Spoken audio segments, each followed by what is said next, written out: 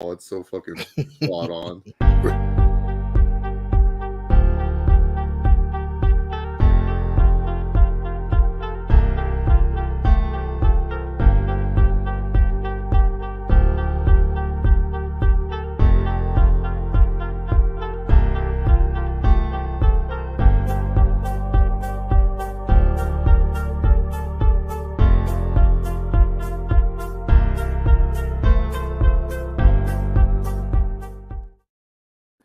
Good morning, everybody. Yes, good morning. Holy crap. It is 12:54 in the morning. We are live. This is a live edition of Around the Point on Saturday, May 13, 2023. What is going on, everyone? Thank you all for literally being here with us this early morning. I am Steve, joined by the gang. We got Chase. What's going on, Chase? How are you, buddy? How are you? I'm doing good, Steve. It was a very hot day in Southern California, but now it's cooling down at night, so I feel much better. Oh, man, that's awesome, brother. We got the pride of Detroit. We got Big Mike in the house. What's going on, Big Mike? I'm chilling, off a nice Lakers win, Yes, Who cares? Yes. And of course, we have Romeo from True Hill Heat. What's going on, brother? I'm not The 24 chilling off hour a nice Knicks loss. I'm not chilling.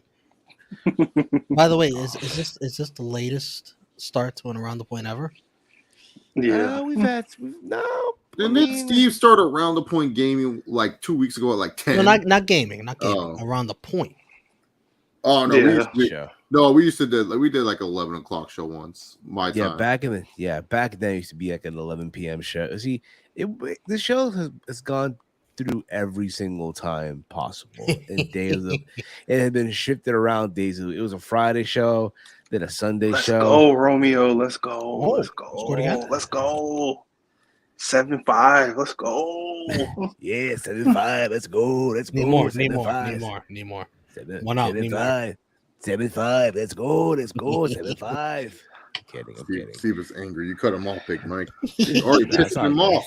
Yeah. It's all good. Cranky late good. night. It's all good. Soon we're going to be rubbing his eyes like in the True Heat Street.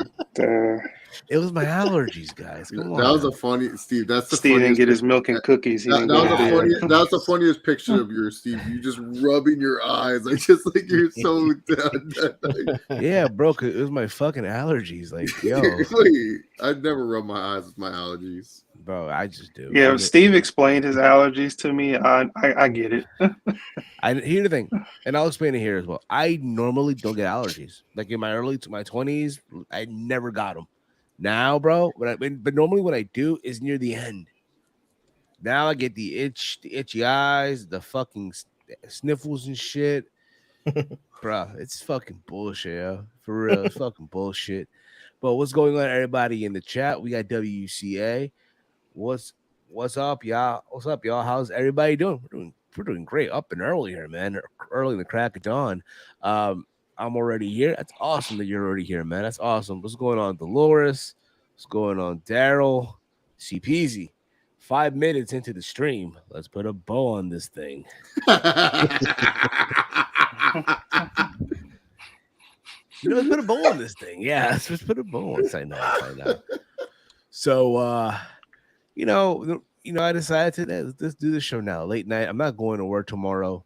I let the boys, watch these two important game 5, right? Game 5, 6. I think it was 6. Yeah, Huh? these, the Knicks didn't win. Congrats to the Miami Heat. And congrats to LA Lakers. They're going on to their respective conference finals. So there's that as well.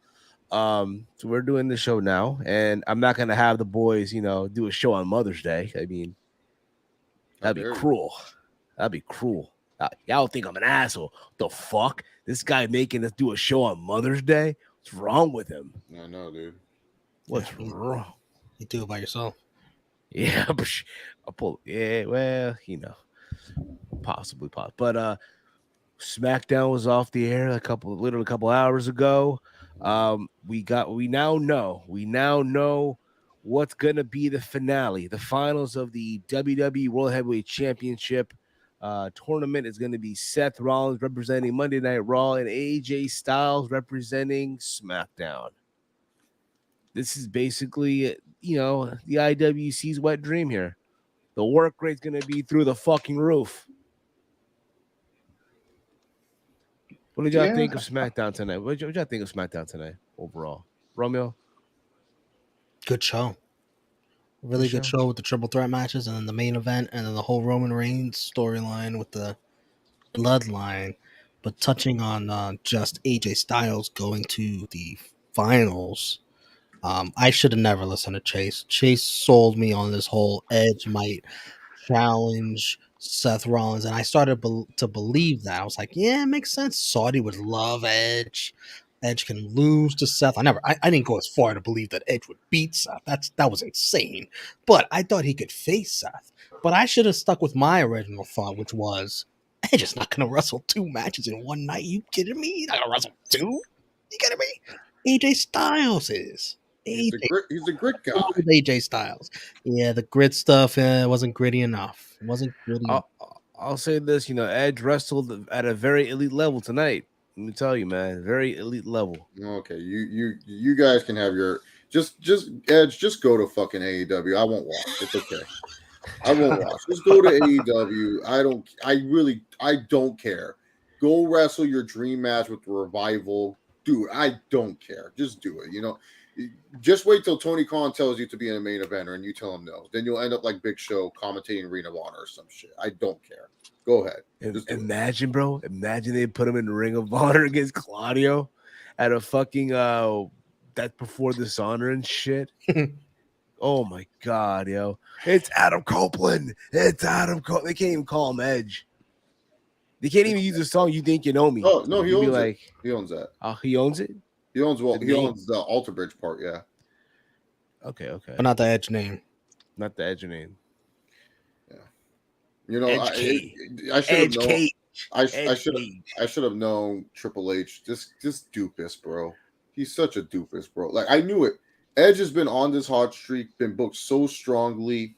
Beat one of your staple pieces. Literally beat him. He had 14 staples. He has a T-shirt made for him, Bin 14, for his stupid little staples, and beat him in Hell in a Cell. But he's okay. AJ Styles hasn't been seen since I don't know, like January.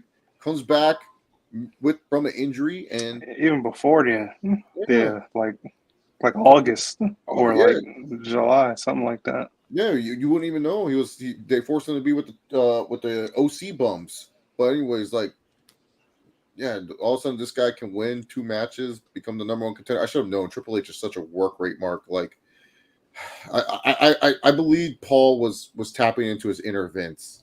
Felt Paul finally was seeing a vision, saying, "I can't be always doing NXT.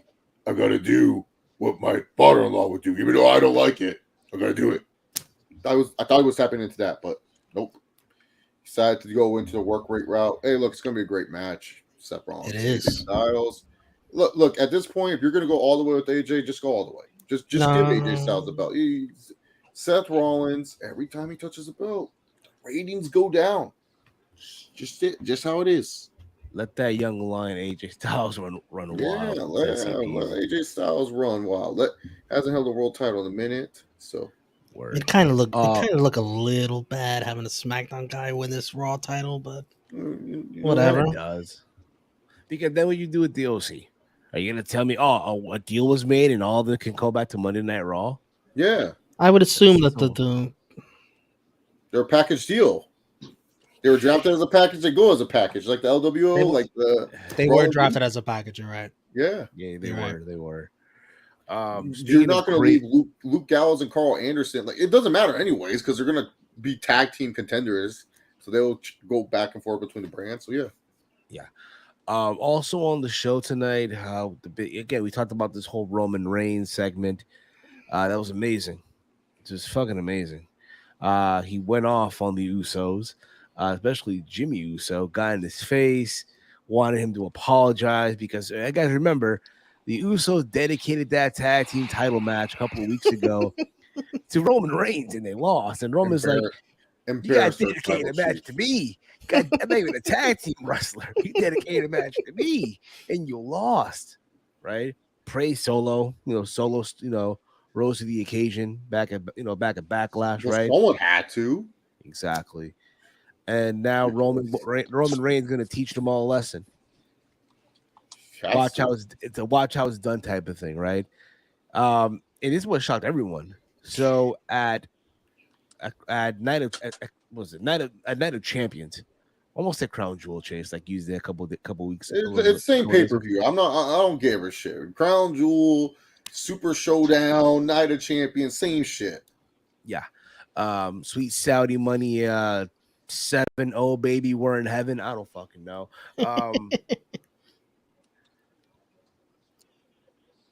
It's gonna be the Roman Reigns and Solo Sikoa teaming up to take on Kevin Owens and Sami Zayn for the undisputed tag team title. And this guy, everyone talking like, oh my God, Sami Zayn is going to step foot in Saudi Arabia. Let me repeat that one more time, yo. Sami Zayn stepping foot in Saudi Arabia. That risky.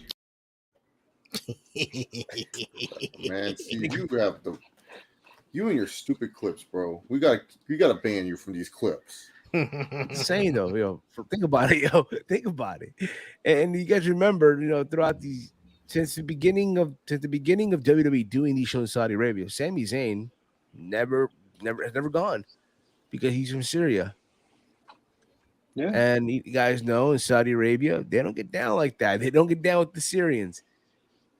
Well, thankfully, we have a tribal chief, Steve. I know you don't understand this. You're too busy whining like Drew McIntyre at home, and you don't get it. You go based off your favorites, but our tribal chief has great connections to the Saudi prince. They work something out. They want to entertain the Saudi Arabians with a great tag team match. This is what Roman Reigns does. He just has this pool.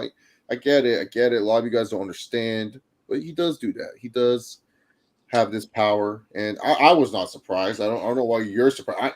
I'm just more afraid what Dupus H is going to do. I feel like dummy Dupus Dumbo is going to book freaking goddamn Roman Reigns to lose. I'm so scared for Roman Reigns entering Night of Champions.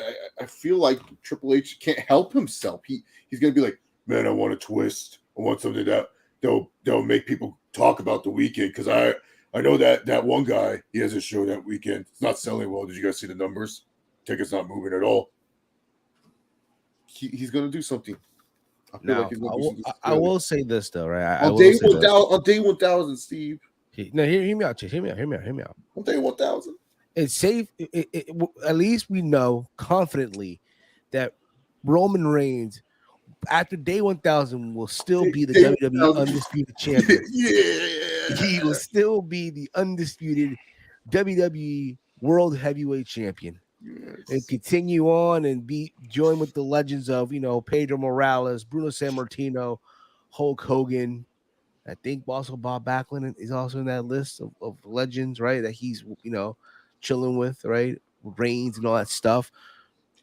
Now, again, I said this, I think on the last watch on that we did on True Heel Heat, an idea you could have done. I think you could still do it here, right?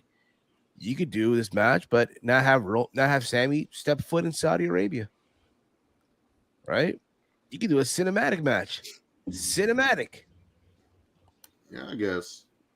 Or you could do option 2, which I think will probably be the scenario here, to do an angle on Raw or something where Sammy gets hurt, and who takes his spot? Matt Riddle. That would suck. I know it would, but again, let's be real about it. Do you think Sami Zayn really wants to go out there? I don't think he has a choice, bro. Let Big Mike talk. Big Mike, how'd you cook, Big Mike? I mean, that would suck, man. It's like, why would you? I would understand having the cinematic match. Fine. Have it like closed circuit to just us at home. Give the Saudis something else in the arena, and it'll be fine from there. It's like they'll never see it. But it's been advertised to be at the place, so it's like, where's this match? But just totally taking Sammy out of the match, putting Riddle in, that is just... I mean, they've done this before. Remember on Raw? They haven't. It's always been bad. But listen, here's the thing. Kevin Owens is in a pact with Sammy. If Sammy doesn't go, he doesn't go. Yeah. Simple as that. So Yeah, it's not going to be that scenario. So We just have to crazy, deal though, with the man. realization that yes, this Saudi Syria thing must be real.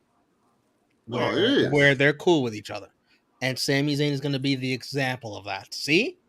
We're cool with Syria now. We got Sami Zayn performing here. And we love Sammy. Clap it up for Sammy. Yes, Sammy. Sammy. That's going to be the prime example that the king and his kingdom is going to be like, see? We love Syria. Romeo, you guys on Trio, you have this clip that you would normally play. I don't have it here, What's but that? where they close the door and Steve, come on. This is not the Godfather, Steve. What come the on. hell wrong with Jeez, you think they're gonna do that to Sami Zayn? Really? Come on. No, man. Sammy. I think the thing is this: a lot of people, like Romeo said, the one thing that Saudi Arabia loves to do, they love to show how they can change. Oh, remember the second WWE show they did in Saudi? They were saying, you know how progressive we are? We let women drive now. They showed us a whole commercial of women drive. They let Natty drive. They said, oh yeah, Natalia can drive on the streets of Saudi Arabia now. Like they love this. They love a nice car too. Yeah, nice cars too. They love to show that they're progressive. So I'm not surprised if Sammy can wrestle. The one thing is that I wonder is that do Roman and Solo win this, and Paul does what he did with Sammy, where instead of Sammy winning the world title to finish his story, the Usos win back the tag titles from Roman and Solo to finish their story with Roman Reigns while keeping the belt on Roman. Because that could be a very big possibility. I mean, Roman Reigns could possibly not defend this belt until SummerSlam. I'm being dead honest when I say that. The Universal title might not be defended until SummerSlam. That's a possibility too. It's a very strong possibility. CPZ writes here, sadly, Roman and Solo ain't winning. No, they most likely aren't winning, but you gotta at least put it into mind that they could. Team Couponer base, they could injure Sam before the event, and I said that moments ago, but yeah, it's a possibility. No. You just can't do that, honestly. You can't. I'm just thinking scenarios here, but at the end of the day, you just have to embrace that it's happening. You have to embrace the fact that it's happening. I'm pretty sure Sammy's gonna get a big payday out of this, and I'm pretty sure he's gonna donate it to his charity. That'd be cool. You know what I mean? I don't think Sammy's donating this much. His wife was like, yeah, because if memory serves me correct, these paychecks are like what they make in 1 year is what they get paid for Saudi Arabia. So, like Shawn Michaels, remember, Shawn Michaels wasn't going to come out of retirement. He asked Undertaker, hey, can I come out of retirement to do this match? And Undertaker said, yeah, Shawn, you're not going to make this money ever again in your life. So, yeah, you should. When Undertaker is saying that, and Shawn Michaels, who has all this respect for The Undertaker, is not doing it. Yeah, face to face. That's crazy. By the way, Shawn Michaels asked Undertaker. That's awesome, right? And I forgot about that. You would have thought Ric Flair would have asked Shawn Michaels, hey, can I come out of retirement to wrestle Jay Lethal in TNA? Well, he wasn't getting paid. He wasn't getting paid at all. He wasn't getting paid Saudi money, bro. As nice as that was by Shawn, he's still a dick. Oh yeah, I forgot Roman. I'm sorry. I forgot the Bible thumper. And look how he's being paid. And look how he's being paid for it now. His women's champions are gone. They're no longer on the roster now. On his roster, right? They got to do a tournament now. The Mamacitas tournament. Let's go, Tiffany Stratton, all the way, right? Fucking Rangers. Are they even doing a women's tag team title tournament to crown new? Or are they? Not yet. I think they forgot those belts exist. Shit, I mean, they said they'll be defended on SmackDown. Yeah, that's crazy. We're gonna have 2 sets of women's tag titles, as if they're needed. By the way, can I say that Roman Reigns tonight was the MVP of SmackDown? Amazing acting, the facial expressions. He owned that segment. He owned it. He made that whole story. Tremendous. He did. Yeah. What is it? And they need to release those Roman Reigns tracksuits. I need one. Bruh, you need one? I need one, bro. I need one. Steve, you're off the island. You can't. I don't care, bro. I just need the tracksuit. And I hope they come in different color waves too. You know what I mean? I just hope they do. No, I just want that one that he's wearing. Just give me that. What if the whole time like it's like a Nike one, and all they do is they put the Roman patch on it the whole No, time. that looks too cheap to be Nike, bro. That looks like the WWE's tracksuit, and they just put Roman Reigns' stupid logo on there. It's tap out and shit. Next thing you know, not even tap out, bro. It's Russell Brand. Word, Fanatics.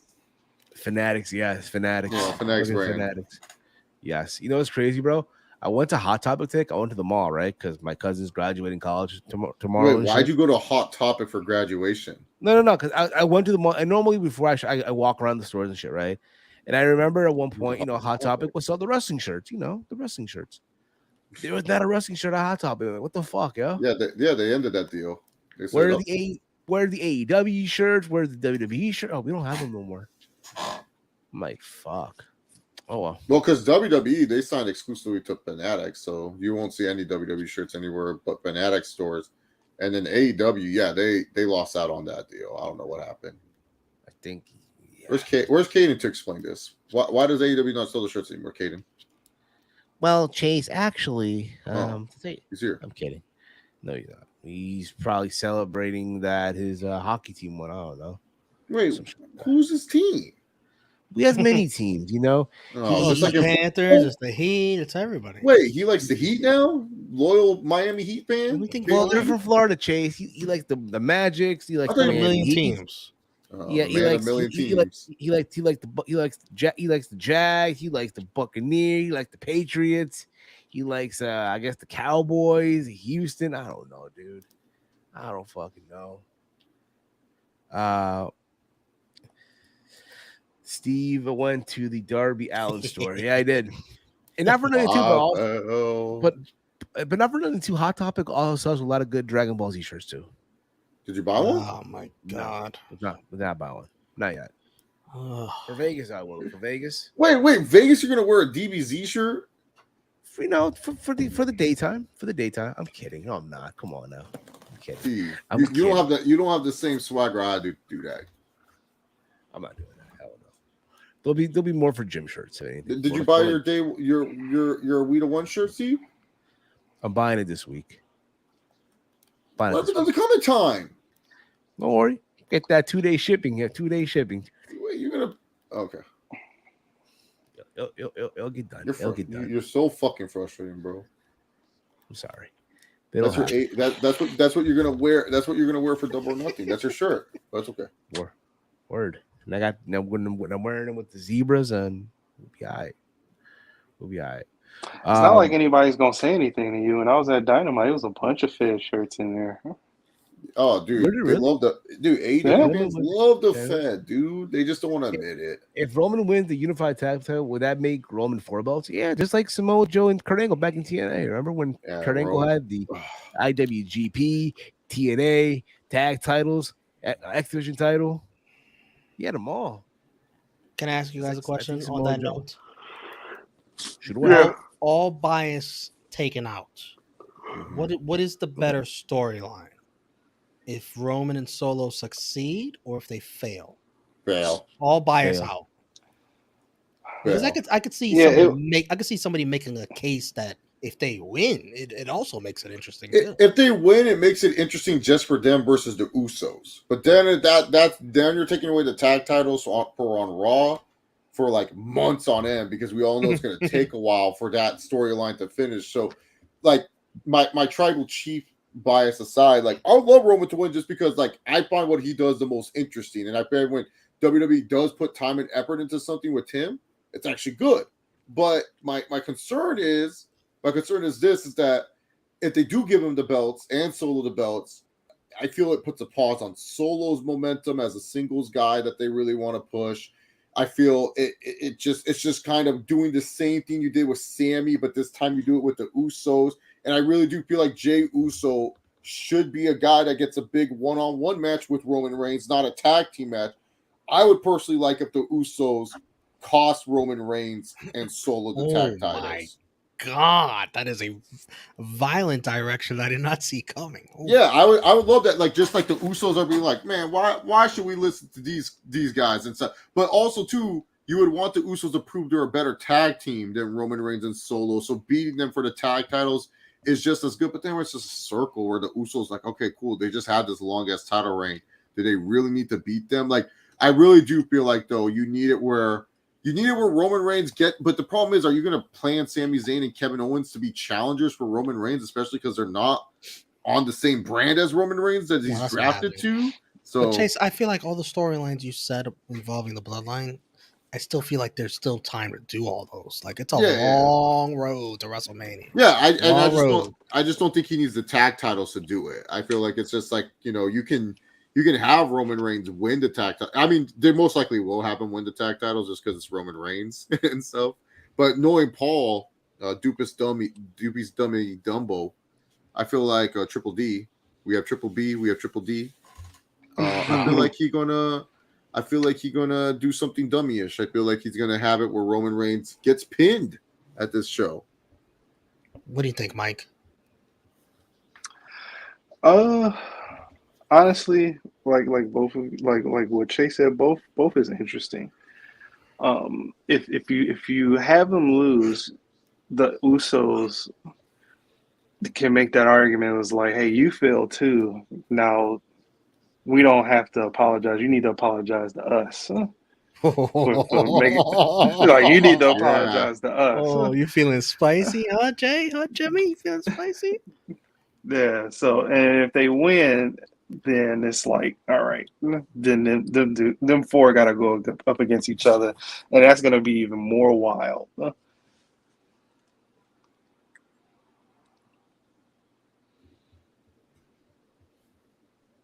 Steve, you got any input, bro? Let me ask Steve something real quick, Steve. Okay. If Roman and Solo lost, do you think Roman would throw Solo under the bus? 100%. 100%. Oof. And Solo would take it?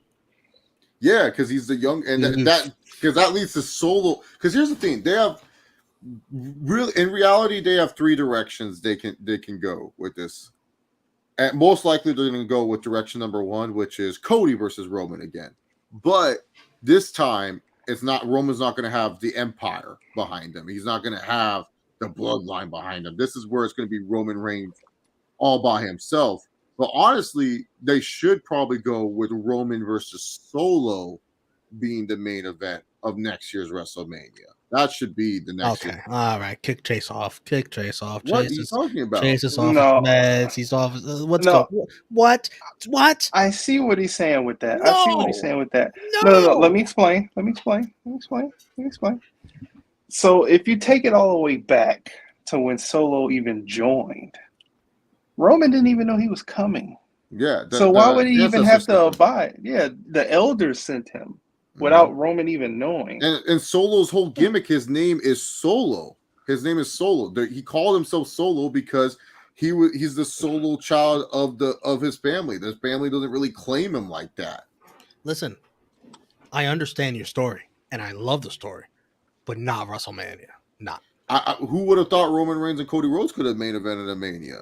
That's something that we never thought of. And yeah, but like I'm saying, I feel Roman and Solo, it's a match you could go, but they're most likely going to do Roman. Yes. You're going to do Roman. Listen, I love your story. It is going to happen. Cody, it's part of the story. Sadly, will win that one, and I'll be depressed, but it's okay because in Minnesota and for WrestleMania 41, when Rudy Gobert is somehow front row in that show, and Jay Jettas is the special guest referee, Roman Reigns will beat Cody, and that's how they end the trilogy. Because I feel like Roman Reigns and Cody, you can get a good trilogy out of that. Like whether you do it all three WrestleManias back to back, and the fans complain about that, I don't know what you're complaining about. I mean, getting three great matches sounds horrible to you, then okay, that's fine. I mean, it sounds great to me, but yeah, no, it's like, listen, the Roman Solo is coming, but it's not going to be a WrestleMania. Not the first one. But they have to do it. I feel like they have to get it when they can. Because honestly, I just feel like probably a post WrestleMania feud. Yeah, post WrestleMania. Yeah, no, but this is where the kingdom of Roman will have to be faded at some point. and it's going to start fading. But yeah, Solo is going to learn that, he's going to learn that Roman Reigns has been manipulating him this whole time. And the and the big brothers are gonna be like, you know what, Solo, you learn your own lesson. Well, CPZ brings up a good point. Dwayne did meet with Vince. I mean, Dwayne, he's in a very forgiving mood as of late. I mean, he did change his mind on one Raw recently. Well, that's his friend. They're friends. They can meet up and hang out. Well, he's not friends with some guy that's coming out with a big movie coming out soon, and changed his tune there too. Who that? Who are you talking about? You guys didn't hear? Mm-mm. You're being too vague. Oh, Yeah. Well, Dwayne. Let's just say Dwayne's part of the family again. Oh, yeah. The 3-parter. Yeah. Yeah, Dwayne's part of the family. Dwayne's part of the family again. Yeah. Oh, Yeah. that family. Yeah, He's got multiple families. Yeah. His family that he buried, and now he's back. So I think Dwayne he's taking the step back. Maybe Dwayne does ruin Cody's momentum. I wouldn't mind it. For me though, I'll say this. It can go like you guys say either way, right? Because win or lose, right? Mm-hmm. It's if you guys noticed the last couple of weeks. It's the Usos trying to get Solo to to snap out of this bullshit, right? Hey, yo, we're your brothers. He's not your brother, right? So in a way, it's them trying to get his brother to get back on the same page with them in this whole mess. In this whole, some would say it's a mess and all that stuff, but the bloodline. So either to win or lose, yes. You're trying to get the belts back, but you're also trying to get back your brother. Mm-hmm. Such a romantic story. Yeah, it could be. Paul could very well be. No, listen, because listen. Let me say something. People, the bloodline storyline. I know it climax with Sammy and KO. I like Sami Zayn. That was the big part of the bloodline story. Yes, and at WrestleMania, bam, that was it. Fini. But we're moving on to new stories. There's still more stories to tell. We haven't even gotten to the Rock story. Come on. Relax. We know it's not going to be as good as what we saw with Sammy. We know. Relax. Now we're telling a new story. We're building up to another story. Relax. Yes. These guys on Twitter are like, oh, that's a story peaked. What? Just like Cody's story. No. There's also a bloodline story. I was just going to a different chapter. It's like the elite storyline too in AEW. Some people love it, some people don't. But that storyline, they're doing the long road of Heyman, Adam Page finally reuniting with them, and that storyline's been going on for years. And I'm not the biggest fan of the elite, but I do like what they're trying to do with Heyman, Adam Page. I do like how they're trying to bring them back in, and I do like that story. And I understand patience is a virtue, and I get it. Some wrestling fans they live in that moment. Like Roman Reigns said it most. A lot of wrestling fans love the fast food content. They just love getting that instant gratification of oh man, I'm hungry. Man, I ate this good burger. I'm good to go. But do you really feel that good? When you take time with the story, it makes it a lot better. And then same with the elite. Look, it may not be your cup of tea. You may not like everything that they're doing, but but this has been one of their better stories of start to finish from AEW of, what they had with Heyman, Adam Page in the group, and then Heyman's dissension from the elite, then, him winning the world title, and now the ultimate reunion, something that fans have been waiting for. I mean, they teased it with the trios thing, and Heyman, he ended up choosing the Dark Order over the Young Bucks, and then that made the Young Bucks having to call Kenny in for a favor and stuff, and then afterwards it was like Kenny didn't even know that hey, he was really actually the second choice. He wasn't even really the first choice and stuff. And now this whole thing with BCC is going on, and they know, hey, if we have a chance to beat these guys, we need to be at full force. So that's why it's a good story. And even though I'm not a big fan of it, it does its job. Yeah. Let me see here. What was this that Romy just sent out? Okay. All good. Next up, Nugget versus Lakers. This is from the episode of Monday Night Raw a couple years ago. Wasn't it the episode where Anderson 10+ years ago? What do you think? Yeah, a couple of years ago. It is the episode where 10+ years ago. A couple of years ago, like this was yesterday. Oh, remember when It is the episode where Anderson, or back then Kennedy, got fired because of Orton and some shit like that. I guess he like No, that was a different episode. Okay. Episode, Steve. No, he got fired. He got fired because of the Cena theme. But Cena's the bicep. Oh, okay. Oh, Orton, the when he tore his pec. Mm-hmm. Oh, really? That's what got him on the chopping block, and then afterwards he got fired for other stuff. But no, that's when he got it. That's when he got in hot water. Yo, so looking at that picture, who has the better squad? Okay, the Nuggets have Orton, Big Show, Ted DiBiase Jr. You said Big Show. Oh, man. That prick! I'm sold. But Cody Rhodes and The Miz, and the Lakers have MVP John Cena. Is that Mr. Kennedy? Yeah, Mr. Kennedy. Jerry the King Lawler and Batista. Who has the better squad? Who has the better starting the five? Lakers. You already said it, man.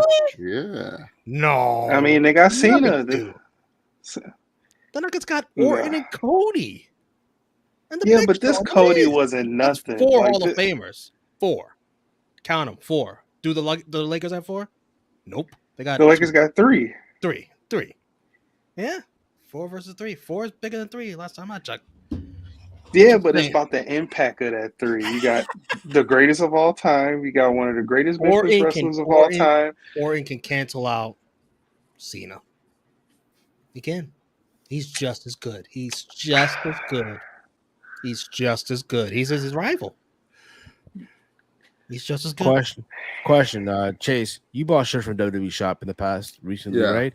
Mm-hmm. Do those shirts, are they like baggy, or are they like, the material on Fanatics? I would go a size up. Because normally I'm a 2X, so because they're 100% cotton. Okay, man. They're better quality than before. I will say that. I feel like my size feel fit. So good. Once I get it, just wash it real quick. I would say, but they are pretty baggy too. So I would say get your size, Steve. Honestly, I think get your size. My size was good. Yeah, because Romeo's with the large, it fits him well. So I think the newer shirts it's better than what they much better than the last one. The last one you size one you size up. This one I think is fair. Yeah, because I got the Meek Mill shirt, and then what was the other shirt that I got from them? I got another shirt, but some Roman Reigns shirts and stuff. Yeah, so real champion. Yeah, my Bad Bunny shirts is coming in a few days. Okay, so basically 3 to 7. So real quick, so 3 to 7 business days. So that should arrive before the 26th, then, huh? It'll arrive before the 26th. Yeah, sure. Right now, lucky. Yeah. All right. I love how Tony Khan's a thumbnail, and 30 minutes we didn't even talk about Tony Khan and his thing. Well, let's get into this now then. So this week we heard the big news. Well, there's a word going around that AEW is going to be getting the bag. $1 billion deal for 5 years with WBD America, Warner Brothers Discovery, which is going to basically, if what they're saying here is true, think of the simply ads. Sorry to interrupt you, Steve, but everybody, if you're watching, please thumbs up this video. Yeah, exactly. Please, guys. Please. AEW's first deal with Warner Brothers Discovery would have been signed in 2019 and reportedly ran for 4 years. So it makes sense that the new deal would need to be negotiated very soon. Rumors have started to swirl this week pertaining to just how big a deal this is going to be. And if those rumors are true, AEW is about to land an absolutely mammoth television deal. So they're saying $1 billion for over 5 years with the entire AEW package on WBD, including a streaming rights on Max with Max involvement. So that's huge, bro. If this is happening, someone posted here. Here's some math for you. WWE gets a $470 million a year for Raw and SmackDown, and they average a 0.57 for their 5 hours per week. If you take that Dynamite, Dynamite gets a 0.28 and Rampage gets a 0.10, and guess that Collision gets a middle at 0.19, that's a 0.21 for 5 hours. Mm-hmm. I mean, listen, that was like some Steiner math to me. That's an empty stat. That's what about that stuff. Those are empty. It felt empty, but you know how some fans are like, and again, some fans want to be, oh, but look at this. This is how so good it is, man. That WWE gets this, but man, AEW, man, the Fed's fucked now. The Fed's fucked. That number you gave for WWE sounded weird. Like, doesn't Fox pay much more than that for SmackDown? Or no? I think the numbers just sounded weird to me. That was Fox and USA combined. It sounds weird to me. It sounds like they pay more. I could have sworn the NBC Universal money was more than that. Especially the Fox money, because wasn't there a report that came out a while ago that Fox was kind of salty that they were paying too much and things didn't match up to what they were paying? Yeah, because then they pay like $2 billion. I thought it was a huge. I thought it was a huge number. No, it's $1 billion. Right, $1 billion. Yeah, okay. Raw's $1 billion, or close to $1 billion. Peacock $1 billion for WWE Contact and PLEs, and then SmackDown's $1 billion. So $3 billions across different platforms, and then plus WWE has a contract with A&E for those shows. Each show has different numbers. I mean, it's good for AEW. It's just, will they be set? Are they expecting the numbers to get higher with what they're paying for, or are they happy with what they got right now? I think they're happy. I mean, they're going to be happier, obviously. That's a lot of money. They're going to be happier. Yes. I feel like that they're paying for what they have so far, and if it goes up, then cool. They'll probably get more money in the future. But if not, then they're still happy with what they got because Sorry to interrupt you, but I wonder what they're expecting from these Collision numbers. I'm wondering what they're gonna expect from those Collision numbers as well, because it's like if you put CM Punk on there, how many 1 million viewership shows did he draw when he was on television? He was probably the key to getting to that number, but eventually, the interest was like, okay, we get it, you're back. It wore down. I mean, listen, the idea that they're finally getting a streaming service is great. I know someone, a lot of folks have been asking, when are we getting a streaming service for AEW, right? What's also worth noting here, Ring of Honor is not part of this because Ring of Honor is an internet show. Right. So that's also behind the paywall. Yeah, besides, Ring of Honor has Honor Club. They have AEW side money. Exactly. That's Tony's hustle money. All right, this, whatever. But nonetheless, this is good, man. I'm happy for them. You know what I mean? I'm happy that they're getting this, $1 billion deal, right? I know a lot of times we tend to crap on them. But it's out of fun. It's out of fun, guys, when we do this. No, we're just Steve. We don't crap on them. We're just honest with our takes on them. We're not trying to please everyone's opinion. Look, if you like AEW, that's fine. You just can't convince me that it's the greatest perfect show of all time. If you love it, I'm not gonna be CPZ loves Impact. Do you think we go on here and we crap on CPZ? No, CPZ loves what he loves. Love what you love to watch, but just don't try to force us to love it. CPZ doesn't come on here and say, well, you guys gotta love Impact just as much as I do. It's no, we don't have to. We watch what we watch because we choose what we want to watch. And the thing with AEW is this is a smart deal by Warner because now they control everything that AEW produces for $1 billion.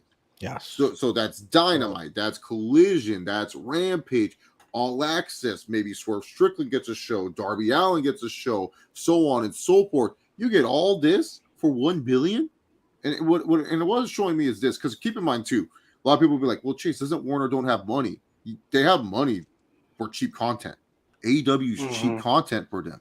That's what people are not understanding, because see, they don't have money to make shows like Animal Kingdom anymore, or these like epic TV shows that, you know, a lot of times these smaller networks that, well, not small networks, but these, you know, networks that are on most cable boxes thrive off of. Like, you know, there's Burn Notices, Sykes of the world, Mr. Robots.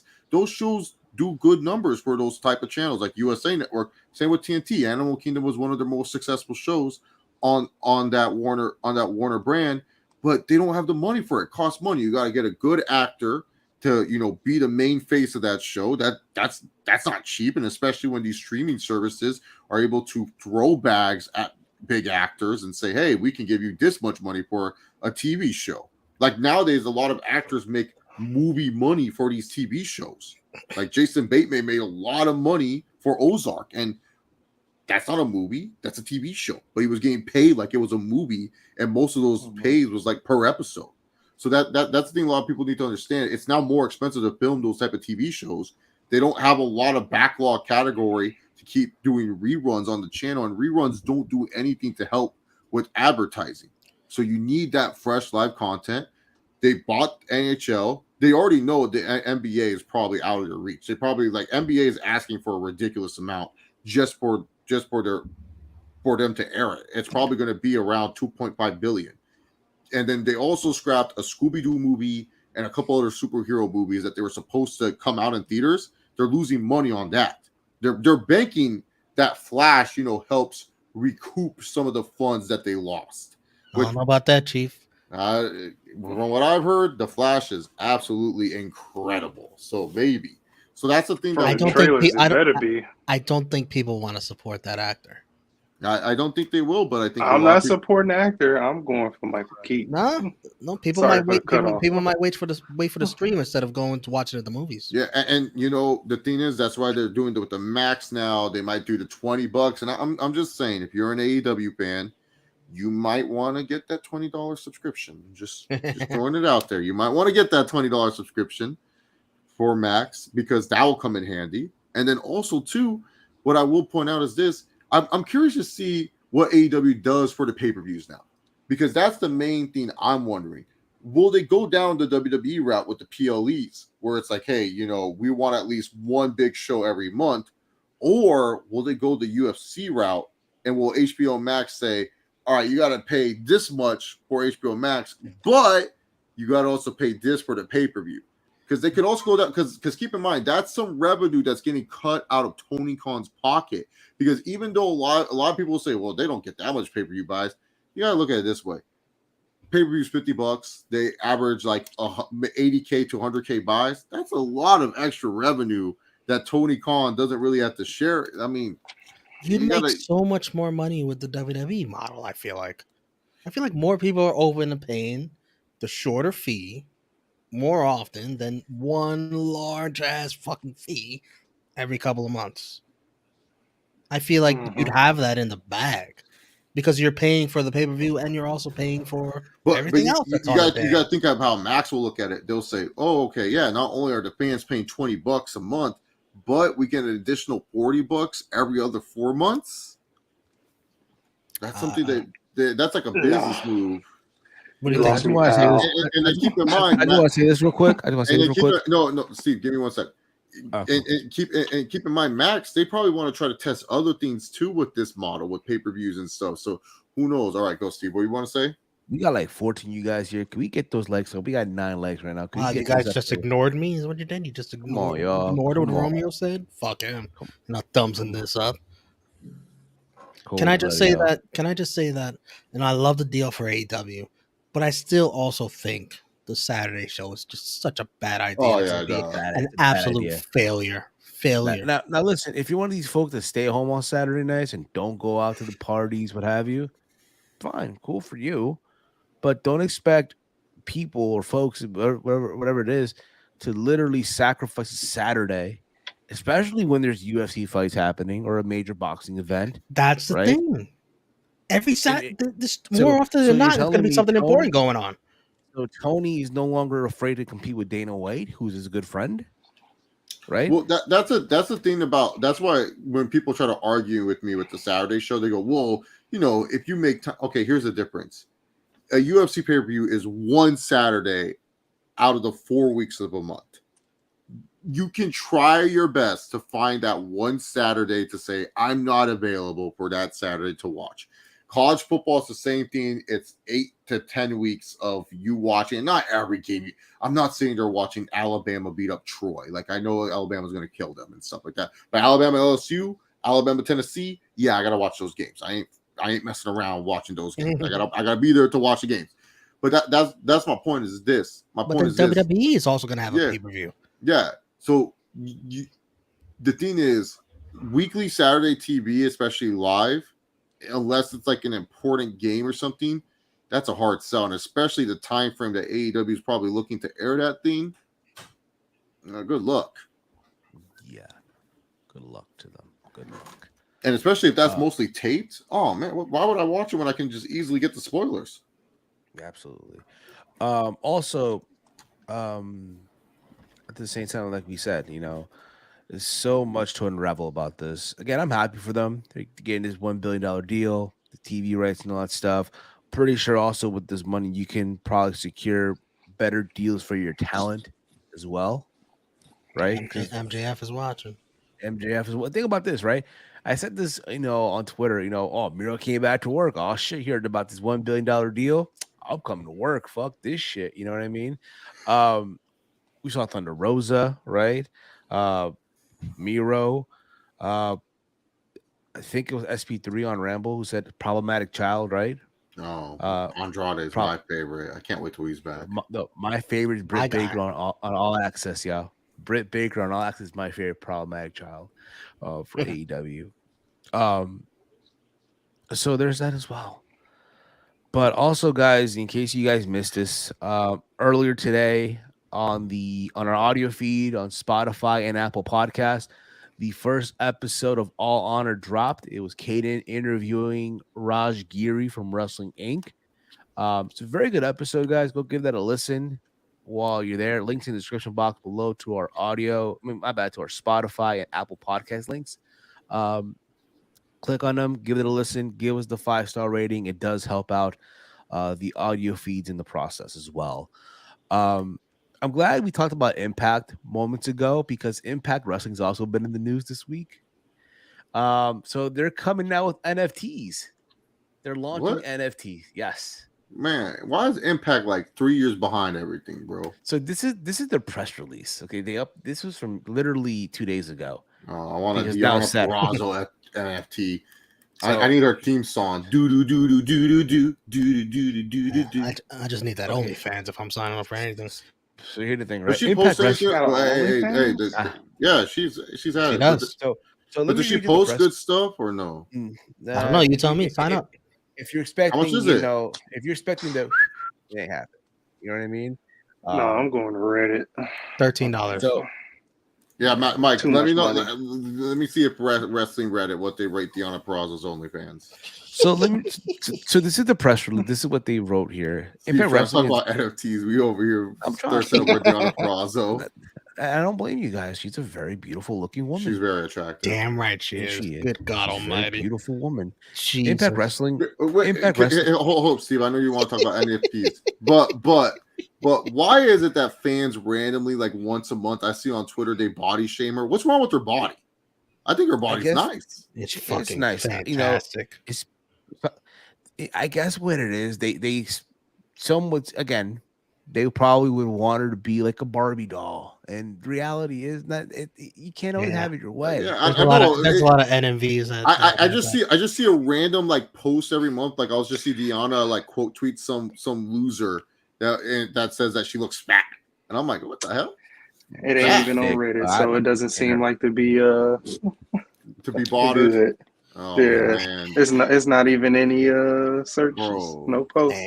No if I would have hit my notes tonight, bro, I would have been all over that. So this is what the press release says. Steve really wants to talk about these NFTs. You buying one, Steve? No. Maybe, you never know. Impact Wrestling is vaulting. Impact Wrestling is vaulting into the popular, trendy world of NFT collectibles, including exclusive offerings with Santino Marella and Mickey James. Whoa, man! Don't get me to sign up now. NFTs are a unique digital assets that are not interchangeable. The demand for NFT is driven by the fact that each NFT is one of a kind and cannot be exchanged for another NFT or any other asset in one-on-one manner. The first Impact NFT will be the general NFT path. The Santino Marella NFT will launch in June. You lost me there. Hold on. Santino. Hold on. There will be only 100 copies of Santino available, and each will include access to an exclusive Impact Discord channel within the server, a chance to win a personal phone call via Discord from Santino, a community chat with Santino, as well as an exclusive phone. Well, hey, buddy, how you doing? Santino Marella. He's in character.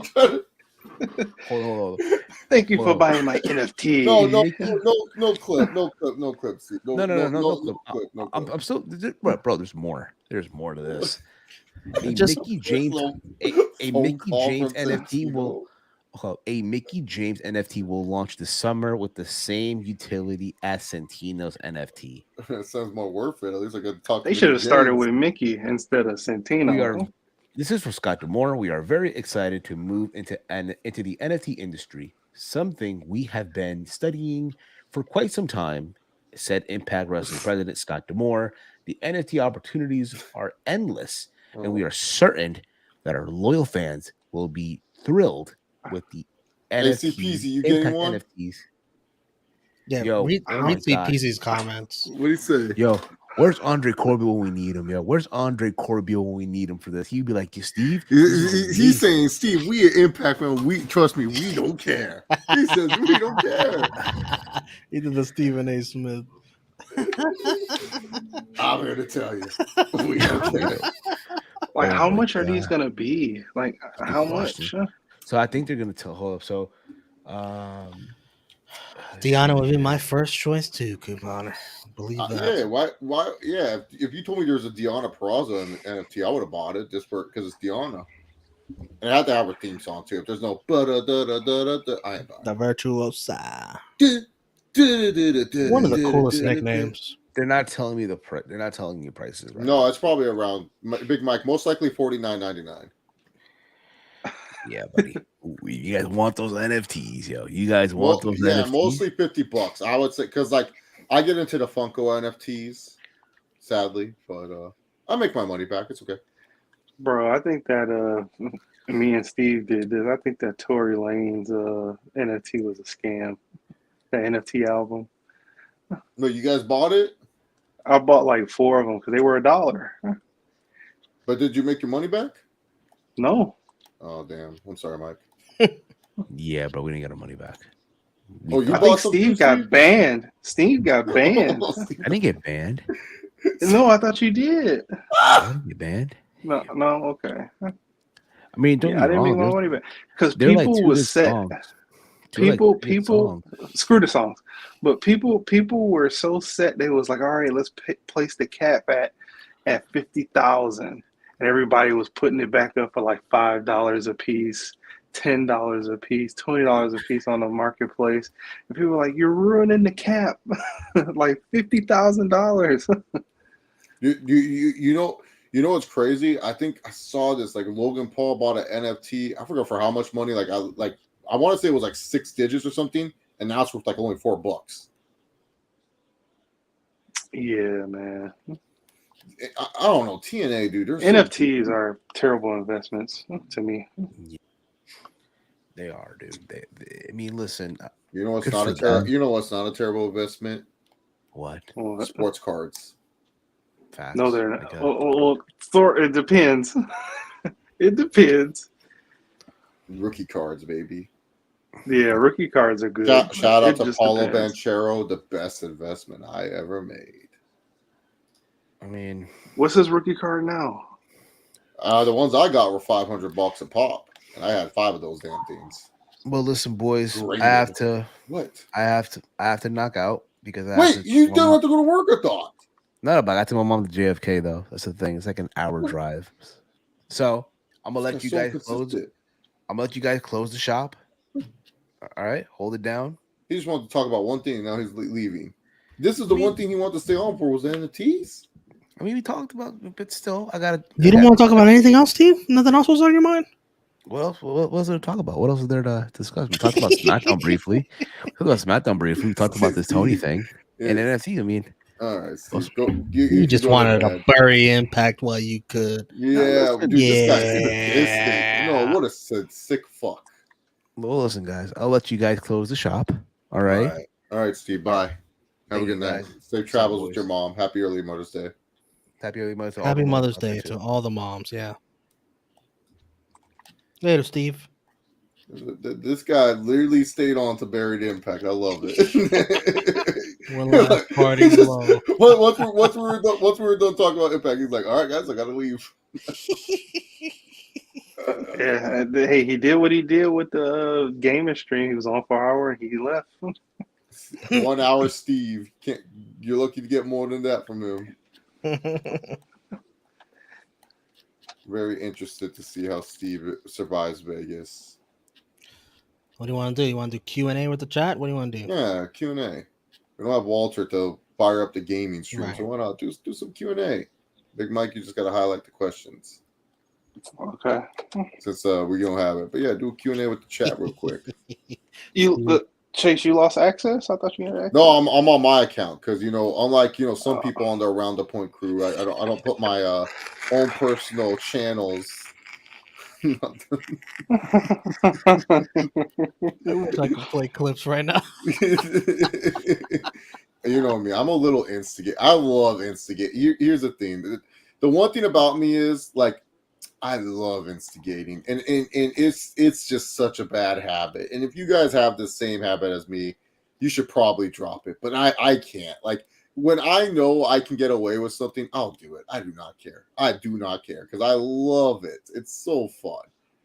And if people, especially if people are good humor about it, it's okay. But man, you give me an inch, I take the mile.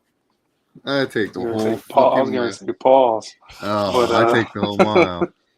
I got the one question that came in.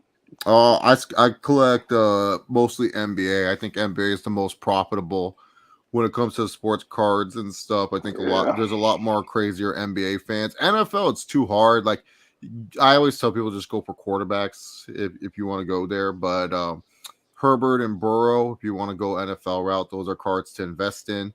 Current cards that I say NBA wise that are good to look at. Trae Young rookie cards are really nice. He always seems to have bounce back years and stuff. Zion has tanked a little bit if you want to try to get into the Zion pool, but I tell people sometimes you might be overpaying for a Zion card and stuff. And also a lot of people don't keep their cards in good condition. So his cards, you're kind of paying a risk of it, but Trae Young, Ja Morant, those are good rookies to kind of look at. Paulo Banchero from the Magic, he just won Rookie of the Year. Obviously, Wembayama is going to be a very popular rookie card when he comes out. People are going to go crazy for that card.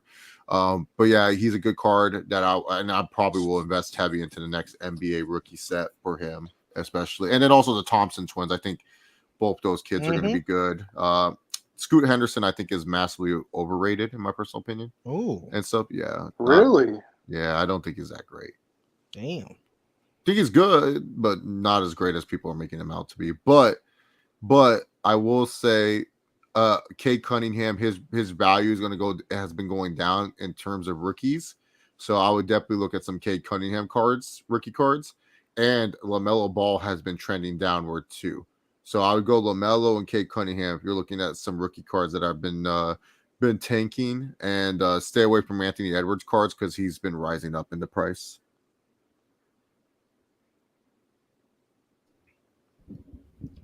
CPZ says, Chase, I watched an old Q&A you did the other day, and Frantic World asked if Bivol would beat Canelo, and you said, what is he smoking? Yeah, at that point, dude, Canelo was... dude, Bivol barely had any tape compared to Canelo, man. Yeah, I mean, we all thought that Canelo was gonna smoke him just a little bit, but we just didn't know.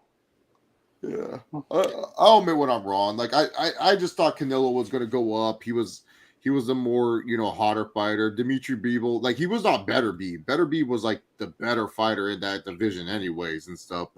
And Canelo just looked like unstoppable, and it just felt like everything was in Canelo's favor. Is ROH a vanity project at this point? Oh, 100%, bro. It's a side hustle. Make whatever money they get from them. Definitely whatever. Definitely Tony Khan just just doing whatever he can't do because network television tells him he can't do it. Wonder how many people are subscribed to that. Oh no, man, dude! Shout out to those who are still watching it, man. I don't know how, but Man, they don't even gotta watch for Tony as long as you're subscribed. That's all that matters to him. Yeah. I wonder if Caden's still subscribed. Dude, that was entertaining, dude. Nate Diaz and Jake Paul was acting. I was surprised because Nate Diaz is normally not a good press conference guy, but bro, that shit was funny. When Nate would go, "Yo, where's all the normal people at, man?" I thought, what is it? The sketch ass press conference, man. The fuck you did, man. I'm real gaming this shit, man. And then Jake's like, "Who'd you beat, man? Who'd you beat?" Man, I beat all the top guys, man. Man. The whole time I loved it. I thought it was great. Ariel was okay too. I think you got to replace Ariel. He kind of a goofball or something. I don't know, but it was funny. I thought it was great. Didn't think Nate would be that entertaining. I thought he would need someone to be entertaining, but no, he was the best part. Nate could be entertaining. Yeah, this was a good Nate. Normally Nate just sits back there as like the opponent says shit, and then they go like, "Nate, what do you think?" He goes, real shit. You know what I'm saying? Guys, welcome. And then he puts on the mic. That's normally what Nate does. Man, I fuck everyone up, man. By the way, the Oilers lost tonight. They're down 3-2. They did. Edmonton. Who are they facing? Golden Knights, Vegas. Oh, Vegas. Yeah. Is the Kraken eliminated? No. They play tomorrow. They're down 3-2. Who are they playing? Dallas. Oh, Dallas is pretty good. The Dallas Stars. Anytime TN couponer. If you guys ever want to ask me about, not just sports cards, but also Pokemon and Yu-Gi-Oh, I can tell you which cards to invest in those two. That's where I make most of my side money is through Pokemon and Yu-Gi-Oh. To be honest, I sell to the dweebs. I don't play. I just collect. I came to collect. What thoughts on the potential Izzy and Colby fight? What? Izzy and Colby gonna fight? That's ridiculous. Izzy would destroy Colby though.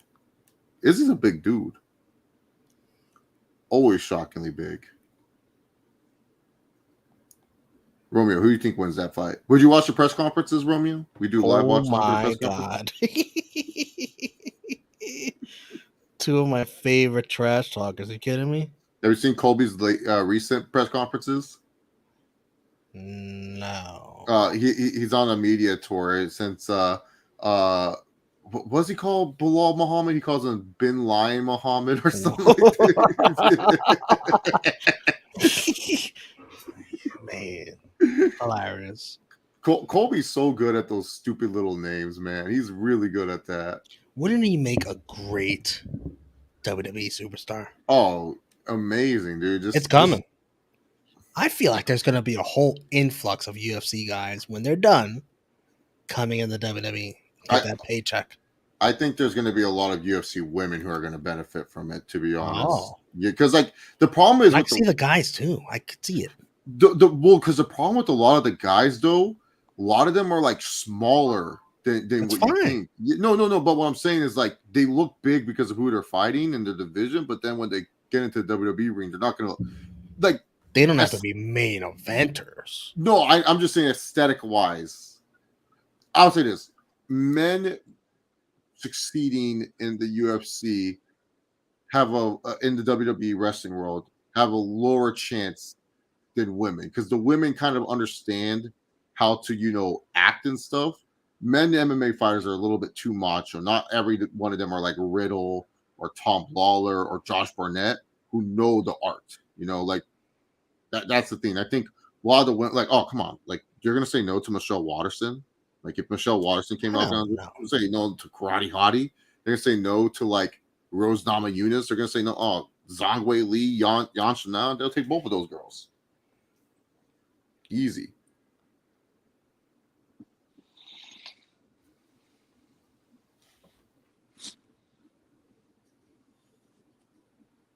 What was the question? So, is there anyone specifically that any of you would want to win this next AEW Owen tournament? Well, as you know, I'm good friends with Martha Hart. We took a picture together. She took a selfie with me. They gave me a special Owen Hart bandana. So I feel like, they should just let me choose the winner of the Owen Hart Classic. Let's see. For the men's side, honestly, just give it to Jeff Jarrett. I think that'd be a nice tribute to his friend Owen Hart. If he's not in it at all, that's a big mistake. Yeah, so, but I would say either give it to Jeff Jarrett as a tribute or you just give it to, you got to give it to someone that needs like a little bit of a spark too that's kind of missing. I don't know. Like, I feel like this would be a nice rebuild theme for Keith Lee. Like Keith Lee's just been kind of like such a loser as of late. You give him this, maybe he becomes a winner again. Who knows? Maybe he'll become. I sold all stock into Keith Lee, aka AARP. Hey, you thought NFT stock was down? Keith Lee stock went down bad. It was after that tag team was over.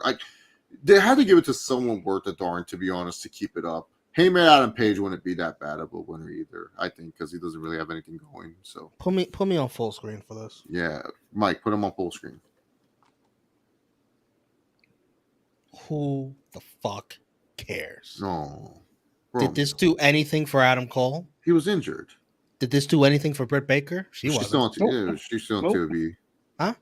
Did it do anything for either one of them?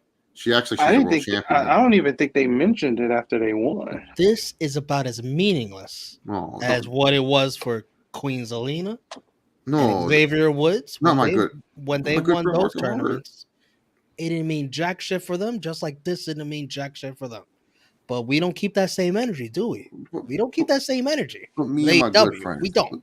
Look at my They're both meaningless fucking tournaments that nobody. Mike, put me on full screen real quick. It means nothing. Look at me and my good friend Martha Hart at Double or Nothing last year. Yeah, so close to each other. It's beautiful. Yeah, dude. She brought me in. Okay, she loves you. Yo, dude. She grabbed the hand. She got grabbed the hand on the shoulder. Look at her, dude. Yeah, she's holding on to me, man. Who doesn't love you? There's a lot of people. Sadly, they're missing out. They only look at the bad. They don't look at the good. They just look at what everyone else saw, Romeo.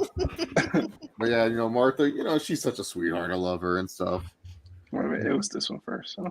Who would benefit most from going to WWE from UFC? Actually, Romeo's favorite, Julius Creed. I think he would be a good UFC guy. Ooh. He has a legit wrestling background. He has the look. His striking's not that bad from what I know. So yeah, I wouldn't mind Mr. Julius Creed, to be honest. Gable Stevenson. Oh, Gable Stevenson. Yeah, he would be really good. He counts. He's still under contract. You know who could actually do really good? I think. Are we thinking the same thing? I don't know. I was thinking to say Bianca Belair. Oh, that's interesting. I was going to say Chad Gable. Oh, I was thinking the same thing. Gable. Yeah, Gable will be good. Yeah, absolutely. Bianca Belair. Oof. I don't know. I can't see it. No, she's major athletic. That's what I'm saying. Here's the thing. In the UFC, you just got to have the athleticism for the women's. Like a lot of the, let's be real, Amanda Nunes is not that technical, bro. She just. There's a question that comes up about being a weight bully. Amanda Nunes is just bigger than most of these women, and she just fucks them up. Well, now that you say that, I think Amanda Nunes is a weight bully. Cuts all this fucking weight to go beat up on these poor little women at 135. She can't find any 145 women. Yeah, she beating up on these poor little 135ers. Who else is a weight bully? Burns actually is supposed to be 155. He moved up because he couldn't cut the weight anymore. But I just mean like his style, like, you know, he'll wrestle you down. Walter, if you're up, bro, come on for a little bit. Let's see who else is a kind of a weight bully. I'm trying to think of like a weight bully, someone that just abuses the fact that they're bigger. Who was the guy that gave Izzy his loss? Oh, Pereira. No. Pereira's. When he jumped up a Blachowicz? division, yeah. Blachowicz, yeah, Blachowicz can be a weight bully. He can, if he cuts down to 185, that's being a weight bully because that's you cutting all this weight. Actually, you know what? Sugar Sean O'Malley is kind of a weight bully too because like he's supposed to be a 155 and he's fighting at 135, but he doesn't use his weight that much. I'm rooting against O'Malley. Do you like him or you root against him? He's okay. I root for him just because like he is someone that will get a casual to watch. Yeah. Like, because I want more people to watch UFC, so I'm not going to root against him. I never forgive him for calling his loss. A fluke? I can never forgive him for that because you fucking lost fair and square, and I can never forgive him for that. So he's on my shit list always. Conor used to be a weight bully back in the day when he used to fight at 145. Oh, are you going to watch the new McGregor documentary that's coming out on Netflix, Romeo? I don't even know about this. It's McGregor Forever. Oh, what a great name. Who fucking named this? Obviously, Conor McGregor did. When's this coming out? May 17th, next week. Oh, we might have to do a reaction to that. Yeah, and it's about his road to recovery from the injury with the Dustin Poirier fight. Yeah, his road to USADA. not getting tested. That's what it should have been called. McGregor no testing. Out of all the AEW flops, who's the biggest? Biggest AEW flop. If you want to start with like jobbers, it's like a lot of them. Like,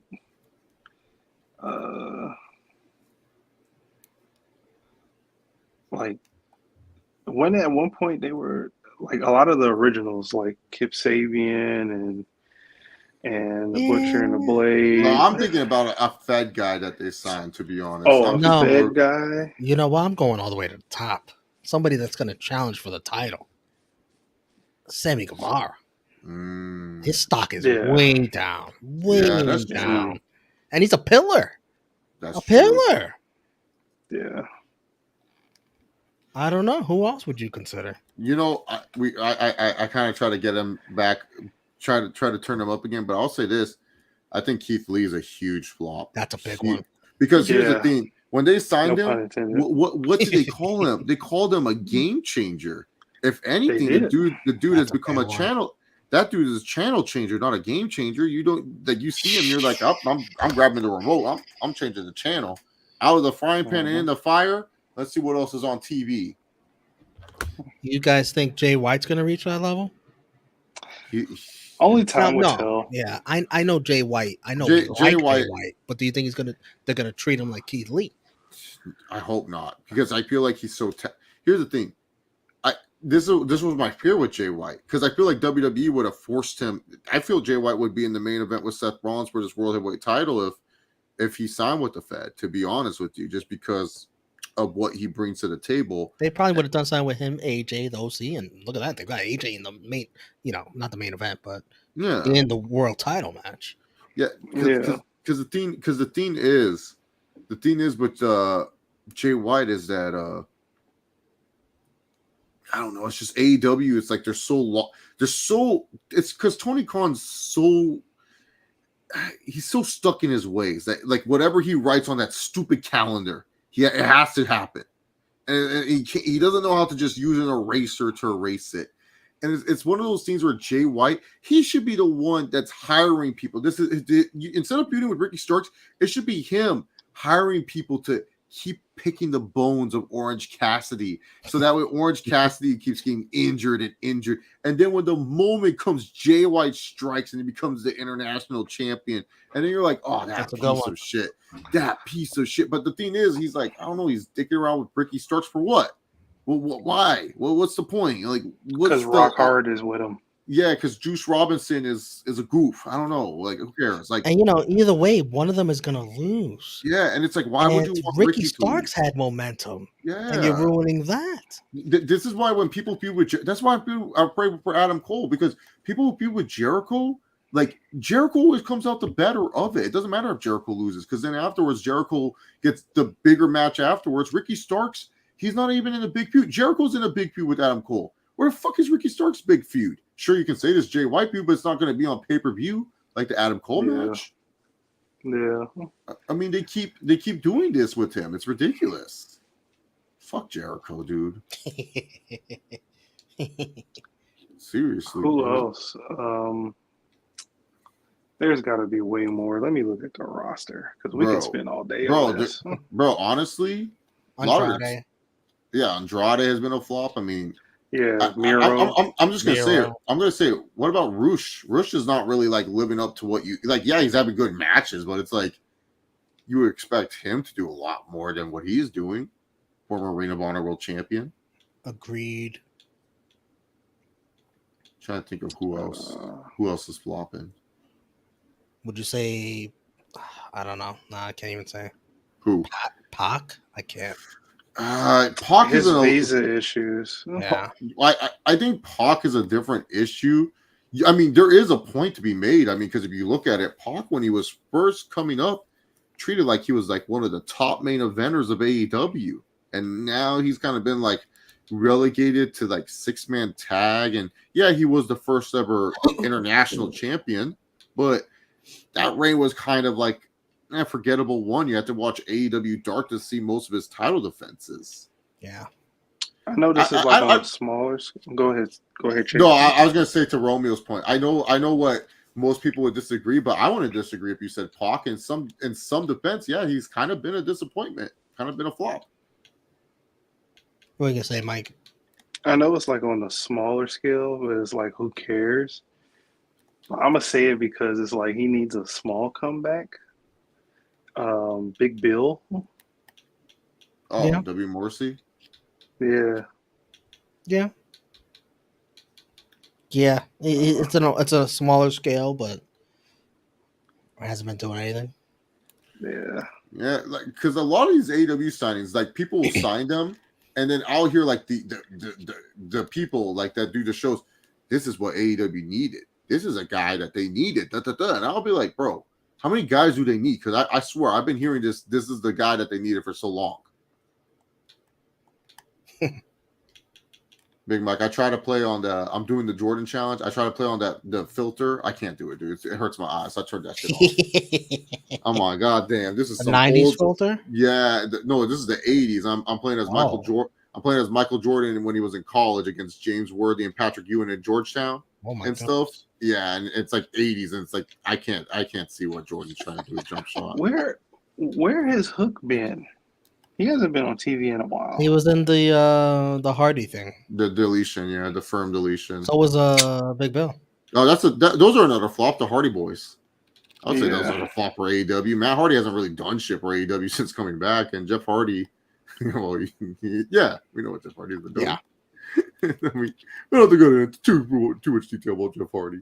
Yeah, a thing that a lot of people were looking forward to with the firm deletion, and that when the people that have watched it have enjoyed it, they put it on a shitty time slot on Rampage on a Saturday. I know it's taped. I know it's pre-recorded, Caden. I know you can have a live audience watch this in the arena, whatever. But it should have been on a Dynamite because it was entertaining as hell, and people would have tuned in and watched. And isn't that the bigger deal? to get people to tune in to watch than I the don't know. live crowd. I don't know. Last I checked, didn't Tony Khan have like two big matches on a pay-per-view taped and Stadium Stampede or whatever the fuck it's called? Well, you can't have a live crowd sitting there watching something that's not a. But they did for Stadium Stampede. Too much downtime, right, Romeo? If I was Matt Hardy, man, I don't take so much pride in that work. It's like you put like when WWE invested in Matt Hardy, didn't they make that whole Raw about that? Yeah, like, he was like wasn't he? I don't know if it was he in the main event or no. Yeah, it was. They made it last, right? Yeah, they made it last. Yeah, with Bray Wyatt. They put effort into it. They didn't put it on fucking what. That's the one. Yeah, that's the one thing with WWE. Even though if it might goes off the rails, they'll put they all into something like that's terrible, or that's good. And I feel like AEW doesn't do that. Just like how we were talking about with Jay White. That wasn't even a regular Rampage to put the firm deletion on. That was a 5:30, whatever, on a Saturday, I think, Friday. Yeah, dude, 5:30, man, disgusting. Yeah, let me see another question.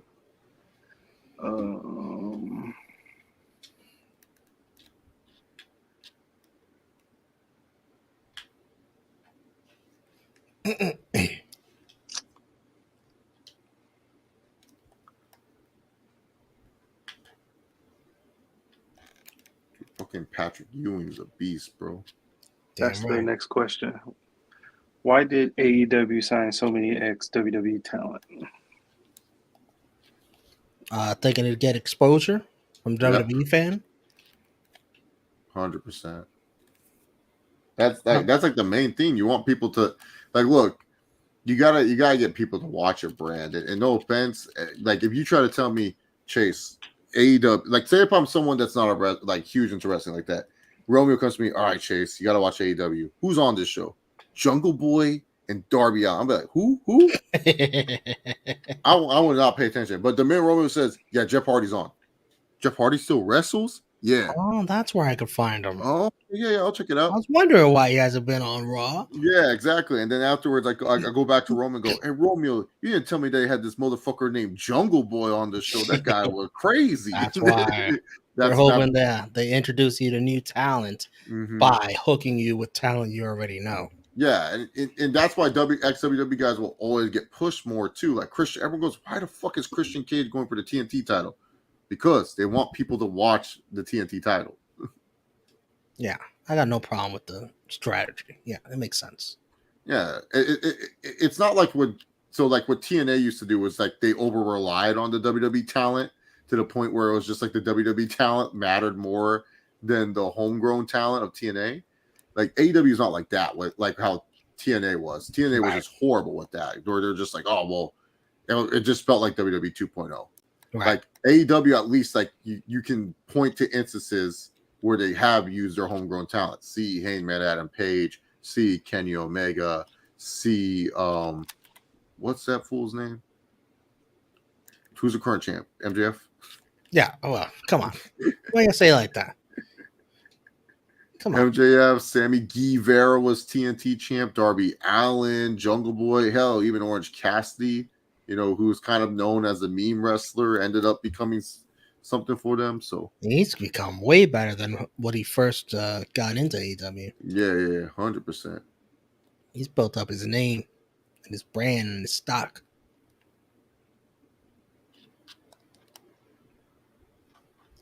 Okay. Come on, Michael Jordan. Dude, Michael Jordan, you're the greatest of all time. Dude, fuck you, Patrick Ewing. Get the fuck out of here. No, don't say that. Pissing me off. Speaking of Michael Jordan, is Kurt Angle the Michael Jordan of in-ring action? Oh, dude. I always tell people this, sometimes like people like I remember that was it was after the Iron Man match with Danielson and MJF. There was like this wave where I was like, man, Danielson is probably the best wrestler ever. And then I got an itch. I was like, no, I gotta go watch TNA Kurt Angle again. Perk Angle, as many of y'all know him as. And I'm sorry. After watching that, I was just like, man, well, I said, Lord, I'm so sorry for doubting Kurt Angle, man, because Kurt Angle is literally the best in-ring bell to bell, especially his TNA days. Best wrestler, bro, I've ever seen, man. Like so good. I get it. He doesn't have the longevity as Bryan Danielson has, and Bryan Danielson's great. I'm not trying to say Bryan Danielson isn't like one of the best. What I'm trying to say is that I feel a lot of Kurt Angle sometimes doesn't get the right amount of flowers for his TNA run because he was phenomenal.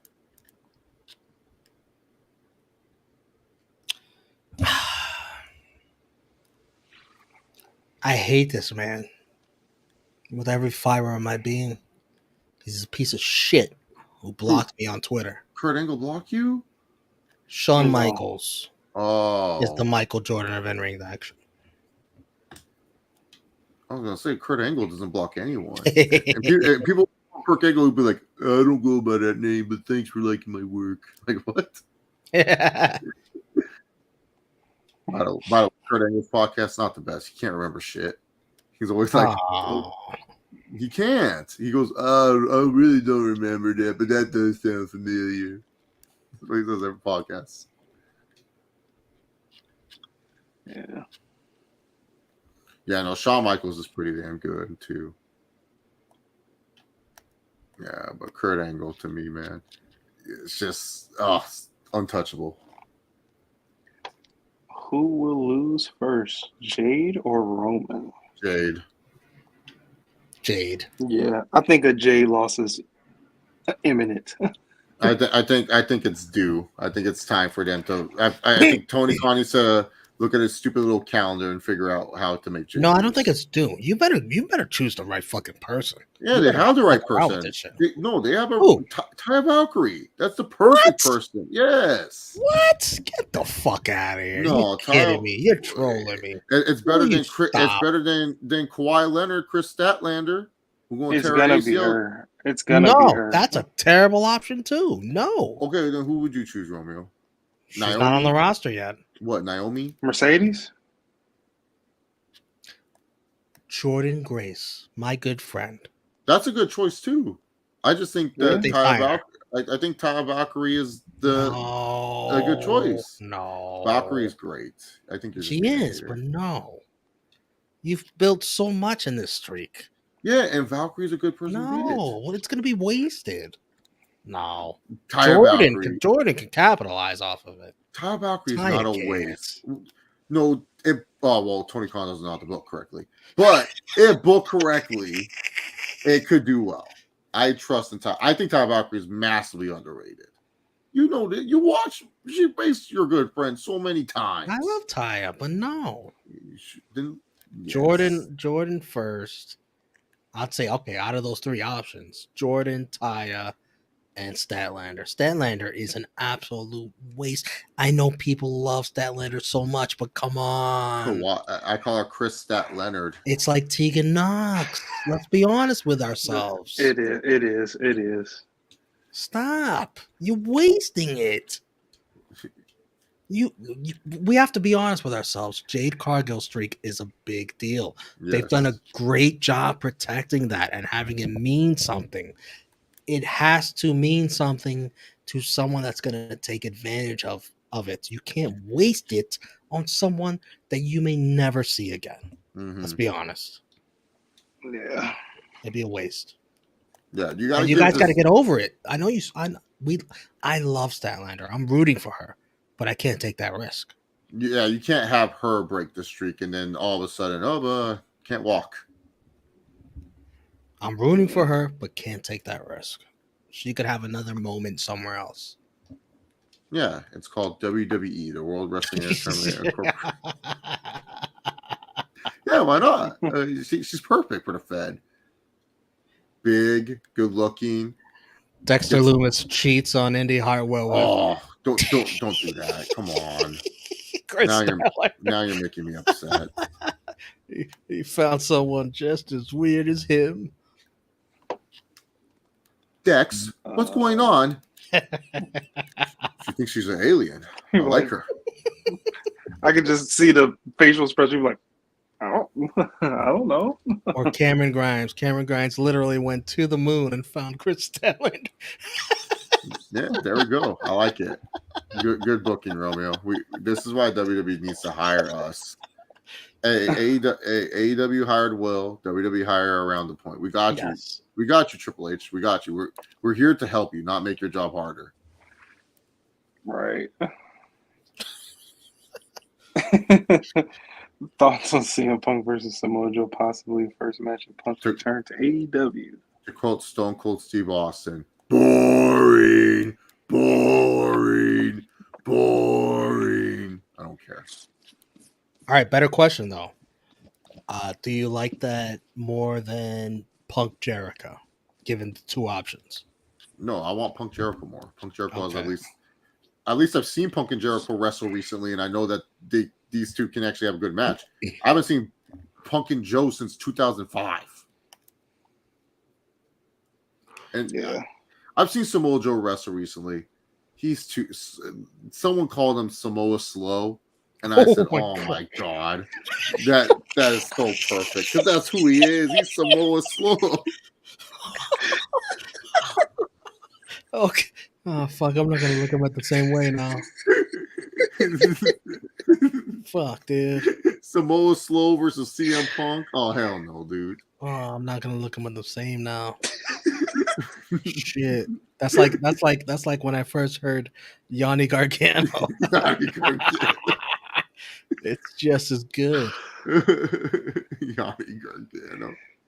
Yeah, someone called him Samoa Slow, and I was just like, oh my god. Oh shit. I'm crying.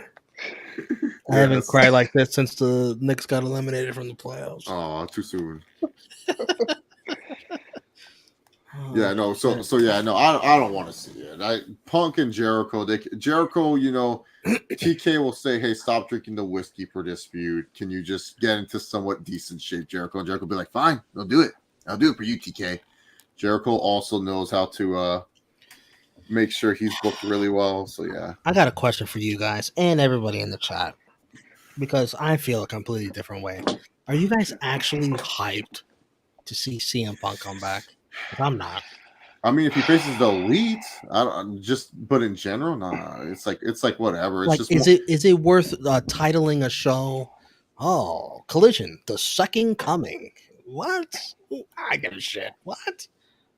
How many times are you gonna milk this return? He's not worth getting his own show. But I kind of do want to see him back on TV because, you know, it's just, I don't know what it is about Punk, but every time he's on, watching every Saturday, Mike. No, maybe every once in a while, but because you know it's gonna be them shows where Punk ain't gonna be on. But you know, I'm on the belief, dude. You know, this whole like, oh well, the Collision's not gonna be. I think it's brand split, bro. It feels too much like a brand split. Yeah, the way they teased it on Wednesday, it's like you're only gonna see Miro and Thunder Rosa, not on Dynamite. On Collision, yeah. Like I don't know, like I. It just feels like it's gonna be like two separate entities. It doesn't seem like it's. Yeah, it just doesn't Tony seem just like puts all the people he doesn't like on Saturday and has someone else book it. Yeah, Will Washington, here's your job. Saturdays is all you, brother. Yeah, it kind of feels like that, like where it's like, oh, it could be like a brand split because here's the thing, it makes no sense to me. Like, okay, you're gonna try to keep the show separate, but some Wednesdays Punk has to be on Dynamite, and it's like, why does Punk need to be on Dynamite if he's mostly going to be on this Collision show? And then you're going to bring those rosters anyways. I mean, I'm pretty sure they could have TV specials where like, oh, AEW Collision takes over Dynamite for 1 week only type of bullshit, you know? But okay, so imagine that that happens, and then like all of a sudden, like, okay, well into this run, it's like the Collision show is actually better than the Dynamite show. Mm-hmm. Is that going to make you tune in weekly? Well, okay, here's the thing. I don't know. I want to tune in live weekly. I'll be honest. I'll watch it weekly because I'll have it probably DVR'd. but I won't watch it live. Like, I'm not gonna be like, oh, like I probably would just like I do with SmackDown, because SmackDown doesn't come on a reasonable time for me here in California. It comes on till 8, and then I watch it like mostly like Saturdays after the gym, or Saturdays like when I'm doing chores. So it's like I don't really watch it right off the rip. It's such a tough, like, man. Yeah, to watch a weekly show on a Saturday, as opposed to Saturdays is all about big events. Yeah, I don't know, because like that's the thing, but yeah, I feel like this is gonna be a brand split. So I don't know. I'm gonna trust my gut on this one and say this is a brand split. Like, it's definitely a brand split. It feels like a brand split. Yeah. Would you prefer that they did a Collision show on a Friday at 10 and took Rampage seriously? It was like 2 hours. Collision right after SmackDown, and then Rampage is what it is on a Saturday. I think that would be way better. Yes. You just hope that there's sickos that after watch SmackDown say, okay, I'm going to go on TBS and watch it. I feel like Friday you have a better opportunity to get somebody to watch a weekly show than on. And Rampage did have some good numbers on Friday too, so it's not like Rampage was dead on arrival on Fridays. It's just that it's just the booking of Rampage was horrible, because like fans were just like, why should I watch this? If you took it seriously, I think people would watch. Yeah, because it was some episodes you were like, why am I watching this? Yeah. I mean, I just want them to stick to just 2 shows. I think more than 2 shows is just too much. It's fair. I think they're going to keep Rampage regardless, because like it's already on TV. It already has an identity. But like it's going to be like their jobber show. It's going to be like, that's where I feel like the TNT title, just keep whoever the TNT champion is on that show. Let that be like the main belt for that show, Rampage, where the people can build and learn and get better. But the question is, Mike, would you rather have those 2 shows, a Wednesday, Friday, or Wednesday, Saturday? Yeah, Wednesday, Friday, because at least Saturday you run into too many. Other events. Yeah. And Friday, all you got is SmackDown, and you could come right on after. Right. I think that's the best route, to be honest. And then also too, Friday they won't have too many preemptions if they do that route. Yep. Yeah. Because like I said, I think Warner's getting ready to lose the NBA. They're pretty much done with the NBA. Where do you think it's gonna go? NBC. Yeah. They already have the theme song. And they're going to be gift wrapped, inside the NBA crew, or their own version of it, because by the time they get it, LeBron might be free, maybe Draymond's free or something like that. They're going to have their own media team. It's going to be crazy. Bob Costas returns. Oh God, he's going to be ancient fucking. Oh no, I don't want that no more. He's synonymous with NBC though. Yeah, I know, dude. I remember him to just give him random ass football rants. He would just rant about fucking something, whatever's bugging him. We lost the one guy that can do anything. Big Mike. I'll read some comments. All right, read some comments, Romeo. Will said they said Rampage gonna be like Sunday Night Heat. Well, I ain't watching. You could tell you just like Sunday Night Heat. I ain't watching unless it's halftime. CPZ says, for me, I'm going to just watch the Punk thing on Collision and then turn it off.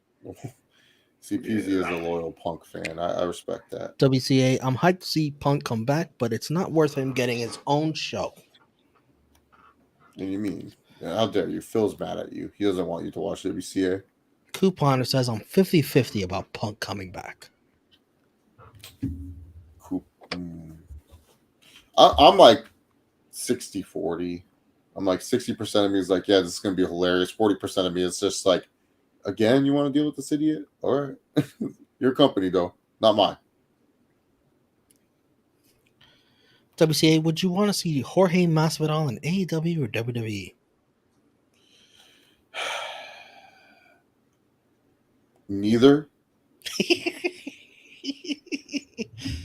Masvidal is kind of lost his flair, to be honest. At least in WWE, he can like attach himself to like MVP 305. Yeah, he could do something like that. Yeah, I don't know how you can do that with AEW. I wouldn't mind Masvidal and Colby in WWE because I think it'd be hilarious. Goodness, a whole stable with MVP. Yeah, 305, 305, and then Colby's like, "You're not even a real 305er. You can't even be your Masvidal." And then later on, like Masvidal gets all mad at Colby and something. So yeah, could be good. CPZ says Jade's streak is meaningless because she ain't really beat anyone who matters. Hasn't beat Baker, Hayter, Saraya. Well, they don't want to feud with her. They're so afraid. That kind of makes her look more like a big deal. That nobody's fucking with her. You know? Yeah. And everyone Jade has faced, she dominates. Nobody comes close. My only thing with Jade, the problem is like they're so inconsistent what they want her to be. Like Burst is like, oh yeah, she had Smart Mark Sterling. She had this lawyer that helped her get the best matches possible. Yeah. Then the baddies, then Stokely, and then she didn't really like how Stokely was kind of taking away her focus, so she kept the baddies, and then she felt the baddies were taking away the focus. So then they just have Layla Gray. Now they're back to Smart Mark Sterling. It was like, honestly, she doesn't need a manager. She can talk. She just needs to be her. Like she just walks out. It's like, oh shit, Jay Carter. Like I understand having like an entourage of some sort. Yes. Like Smart Mark Sterling's fine to be her lawyer, but she doesn't need to be. He doesn't need to be her manager. Like him just being big. Nothing. Yeah, just him being in vignettes, being like, Jade, I secured you the best matchup possible for the TBS title. Are you ready for this match? And then that's fine. But he doesn't need to be outside or anything. It's jack shit. As a matter of fact, he probably takes away something from her. Yeah, like just being backstage segments. Like he doesn't need to come out with her to the ring. But yeah, him being backstage, just being all like, Jade, I got you the easiest matchup possible. You're defending the title against this idiot. And it's like, and Jade's like, and this is why you're the best lawyer in AEW. And then like that can lead to also other people saying, hey, Smart Mark Sterling, I need your help because I've been seeing you get Jade all these easy title matches. I need one. Oh no, we're just fans. We just, some other fans get jobs, so just want to put it out there. Do you see Andrade and Charlotte getting their own reality show? No, dude. No offense, but Andrade is kind of a dry dude. Unless he wants to punch Sammy in the face, I'll watch that episode. No, not happening. Can you see Bianca leave WWE for AEW or Jade leave AEW for WWE? Which one is more possible? Asked Will. Jade for sure. Absolutely. Bianca ain't leaving WWE unless they really piss her off. Yeah. Or unless Mark Henry comes in with the Godfather offer from AEW. Plus, she's a package deal with Montez, so and Jade doesn't have a package deal. Yeah, Jade's husband Seth Jade is a breadwinner herself, but her husband is the real breadwinner of that family. Or they're not married. It's like father. Like he's just a baby dad, right? Or they married? I think they're married. No, okay. I don't know. But I could absolutely see Jade leave for WWE. Absolutely. As she should. If they keep boring her with no competition, wouldn't you want to go to the fucking land of WWE and wrestle everybody that's there? If you're not going to do anything with her in AEW? She should go to the Fed. I'm a big believer in the Fed. I think you should test your boundaries. Well, first of all, you have two dream matches off the bat: Charlotte Flair, Bianca Belair. Mm-hmm. Hello. Have they given you even one of those closely in AEW yet? Yeah, her only quote unquote big match probably was recently with Taya Valkyrie. Thunder Rosa actually too. She wrestled her for a bit, right? Give credit to AEW. They created you. They made you to what you are. But if they don't take that next step in showcasing you with their best talents. Romeo, it's like the higher evolutionary in Marvel. WWE will perfect her. That was funny. I can perfect you. That's Triple H. She's the higher evolutionary. I can perfect you. I can make you better.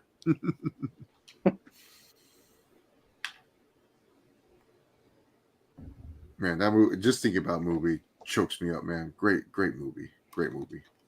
Can't wait till it's available. 10 out of 10. I can't justify paying for it again just because I'll cry. So I'm just gonna go watch it and stream. 10 out of 10 Guardians 3. Who would win, Jade versus Bianca? Bianca. They ain't gonna have Bianca. No way, Jade. Bianca has to win that first match. She's incredible. She's one of the best ever, dude. Yeah, Bianca. Because it'd be in WWE. Yeah, exactly. It would have been Jade. Sorry, Jade. You're on your own. You're against the wall. There's nothing to do with that, but you're gonna fall. And she grinds and watch her soar. And she's gonna do it like she done before. Jade versus Rhea. That's another good one. Oh yeah, Mommy's winning that one too. Then that's when the AEW fans will be like, "Oh, what is WWE doing? They don't know what they have with Jade." And then some of the AEW fans will be like, "This is why the grass isn't greener always, Jade. Should have just stayed. I guess green isn't for money anymore, Jade.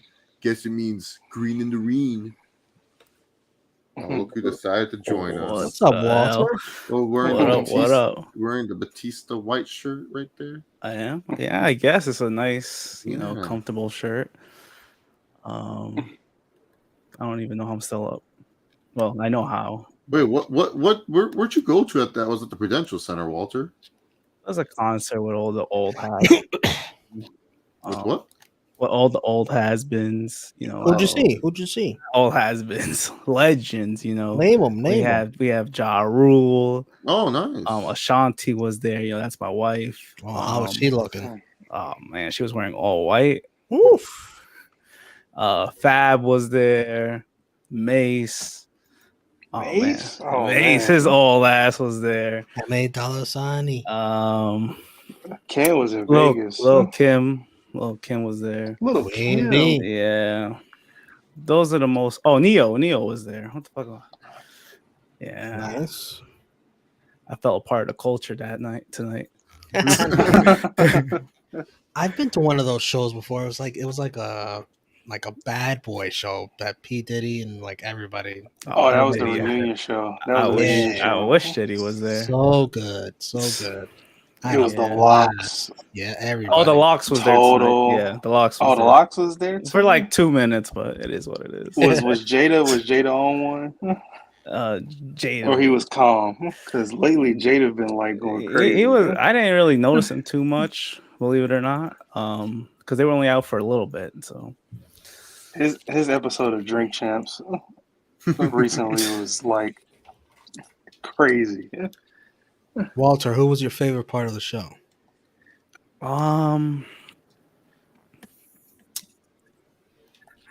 That's a good one.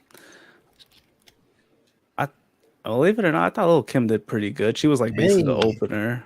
I'll put her like as MVP, not number one, but like number 3. Number 2 could go to Neo. He has a lot of hits, so put him up there. And I'm gonna give Ja Rule and Ashanti, number 1. They were the headliners. They were the go-tos. They're New York. Who was the LVP? LVP? Robin Thicke. I forgot he was there. Oh, Robin Thicke. But I won't say he's like he wasn't bad, but like the crowd was like, what the fuck? Then when they play Blur Lines, like, oh, okay, we'll jam to that. But everything else was like too slow for them. I don't know. It's weird. I like Robin Thicke. Robin Thicke is fine, yeah, but I don't know. And his mic didn't work, so that is also LVP. His mic wasn't working for like 2 or 3 minutes. You get a mic to work, exactly. Yeah, but that was their surprise guest. Their surprise guest was the Locks. Like I predicted. I was like, surprise guest is just gonna be the Locks. They're in Jersey. It's like in LA for every concert. Oh, we got a surprise guest. Oh, who could it be? Da da da da da. Oh, Snoop Dogg. And you pop every time. Yeah. Oh, yeah. Dude, especially if it's in Inglewood, you're not surprised because his store is right down the street from the stadium. Man, so I've never seen Snoop live. Oh, really? Cool. I've seen him like 20. I've seen him 20 times. Damn. Snoop is coming around here too, but I don't know. Snoop's good live. I would say definitely worth the. I've been to one of his shows, and then he's cameoed in a lot of shows. Yeah, Prudential Center. You know, I don't think it's actually not a bad arena. I mean, like the outside's ghetto, but for sure. Steve went and bought a T-shirt. He was proud of the. Yeah, I don't know why. I like the arena's fine. It's not no MSG. It's not even Barclays. It's not even Barclays. But was that your first time there? Yeah, that was my first time there at Prudential. Wow. I had no reason to go before, and I kind of didn't, but I was convinced last minute, so I almost didn't. Yeah, it's go. all right. It's not bad. Yeah, I don't know, but I get it. The area sucks. I know that for sure. I like the convenience of how easy it is to get to from Manhattan. Exactly. You know, well, just to like park isn't that too bad either. Like, because if you go to MSG, what the fuck? Taking a car, right. I can't do it. I gotta take a fucking train. Yeah, for me, from the city, taking a train there, it's a breeze. And then you're done, you get back on the train, it's voila, I like that convenience. Who's the best concert you guys have ever seen in person? Jay-Z and Kanye, the Watch the Throne tour. Oof. I'm mad I missed that. I didn't go. Man. I could say, this might sound like bandwagon. Not really, because he wasn't too hot in this year. I really enjoyed Bad Bunny when I went in 2019. Oof, I still gotta see him. I went. He came around here in Bridgeport. He'll never come back again. But yeah, he was really good live, and that was before he got really famous. So. Both of them were when I was kids. It's two. I can't choose one. Aerosmith and then Alicia Keys. Alicia Keys.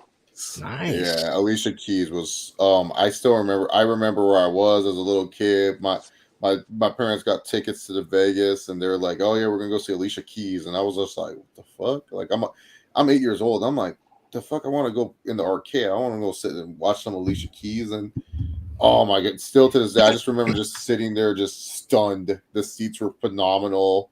It was like one of the few times where it just didn't feel. And this was like a more tame concert too. Like nowadays, people like dance like crazy in some of these concerts and stuff. This one, I was just remember sitting there and I was just like just watching Alicia Keys perform. It was great. Aerosmith was good too. And then because their opener, it was Leonard Skinner or whatever his name is that with the guitar. Yeah, he did the guitar and stuff. And then Eminem came out as a surprise for Sing for the Moment. They did Sing for the Moment together. Nice and stuff. So that's cool. Yeah, so that was pretty cool. So it was pretty cool with that one. So those are my two. But I did go to a Kanye and Jay-Z Watch the Throne concert, and they sang the Paris song 18 times. Nice. The what? Again. The Paris. Ball so hard. What's big black guys in Paris. Hard, I thought it was N or asterisk S in Paris. Oh, big black bums in Paris. I could have sworn that's what the title was. I call it Ball So Hard. Motherfuckers trying to find me. Oh, okay. First you gotta find me. Could say that for it though. Okay. Yeah, Ball So Hard. Who's yours, Mike? I said it was Watch the Throne tour. Oh, Daddy Yankee was a good one too. Nice. I went to one in 2015. I know it's all reggaeton, but they know how to really I don't know, get hyped and stuff. I have 5. Ooh, 5. 5. 2 of which you guys have already mentioned. Jay-Z by himself. Kanye West by himself. Amazing. Oh my god. Rihanna. Great show. Rihanna's Rihanna, good, yeah. wow. I never went to see her. The Weeknd. Great show. Yeah, I like The Weeknd when I saw him too. Yeah, I was gonna see him, but I don't know what happened. And finally, Justin Timberlake. That must be a classic. I don't think he tours now. No. That motherfucker. You can't even get him to make music. You kidding me? Right. I think he sold his music library or something. What are you gonna say, Mike? What Jay-Z show you seen that he was by himself? It was at Barclays Center. I don't even know. What was it? What was his last album? Man. Probably 444, right? 444 tour. Okay. Probably not. Because I went to a Jay-Z one. I went to a Jay-Z one by itself. It was the Magna Carta tour. Oh man, I was supposed to go to that one too. See, I don't know. It never worked out with me for the JC concerts. It's like last minute. Oh no, damn. And it was Barclays. I was gonna go to the Barclays show. I think it was gonna be his first one too. I'm like, fuck. I missed that. I wanted to go to when he was at Ford Field with Justin Timberlake, but I couldn't get no tickets. Wow. Yeah, Travis. Yeah, that was pretty fun actually when he came here. Travis opened for Kanye, I think, when I went, which that was fun. What year was that? Oh, that had to be early in his career. Yeah, because he was like the quote unquote protege. 2014, 2015. What's the Pablo album? Oh, 2016. Wow, Michael Pablo. 2015, 2016. Yeah, Travis was still like underground. I don't know. Pretty new. Yeah, I think like Rodeo was out. Maybe. Yeah, Rodeo days before Rodeo. Yeah, days before Rodeo was out around that time. Yeah, he was the opener. I'll say Kendrick is an okay concert. The problem with Kendrick is he doesn't have like really good openers, and then he shows up mad fucking late. Like it'll be like you'll be waiting, and like, oh my god, dude, he didn't show up. So one time I got tickets to like the NXT show, but Kendrick was also playing at Staples Center, and so I asked my friend. I said, "Hey, do you want to go to Kendrick after NXT?" And he goes, "Yeah, we can go to Kendrick after NXT." So we went to this NXT house show that was like in some bowling alley or something. It was so goofy and stuff. I saw like Gargano versus Andrade or something like that. So then afterwards, like we were like, okay, let's go to the Kendrick show. We go to the Kendrick show. And then the guy was all like, yeah, you guys made it just in time. I think Kendrick's about to hit the stage. We're like, oh, perfect. So this is 10 o'clock. So we sat there 30 minutes later. Oh, don't worry, guys. Kendrick, he's going to be out there. Like the opener was Travis Barker, the guy who does the drums and stuff like that. From Blink 182. Yeah, he was the opener. And so he came back out again to perform another set. And so then by this point, it was like 11. Then we get told, oh, yeah, Kendrick going to come out. He's going to come out. Then all of a sudden, 11:30, yeah, Kendrick going to come out. The motherfucker didn't come out till 11:45. Probably only performed like 40 minutes worth of stuff, and that was it. And my friend was like, bro, if you would have told me this NXT would have been better than the Kendrick concert, I would have not believed you. But I can't believe I'm saying that because my friend don't follow wrestling like that. He was just like, yeah, I'll go hang out with Chase. Yeah. He wants to go to this wrestling show. That's fine. And he didn't think anything of it. The main event for NXT, he was like, you know what, man? I enjoyed that Roddy Strong and Bobby Roode match than Kendrick. Bro, that was like 2:45 Eastern time. I always wanted to see Kendrick too live. That never worked out. J. Cole, I almost saw too, but I don't know. Some of these just don't work out. But somehow I got to see Drake, which was pretty, I wouldn't say like my favorite, but Migos were there too. So I had to like, it was enjoyable. Yes, I saw that too. I saw that same. You saw that? The same tour. Great. Yeah, I enjoyed it. It was actually fun. It was actually a fun concert. Is it number one? It's close. I don't think it is. It depends. It's also about the vibe. Like that Travis concert, I think I really like only because the crowd was fucking crazy. And I mean, clearly years later, that wasn't a good idea what he did, but I don't got to go there. The craziest crowd was probably the Kanye crowd.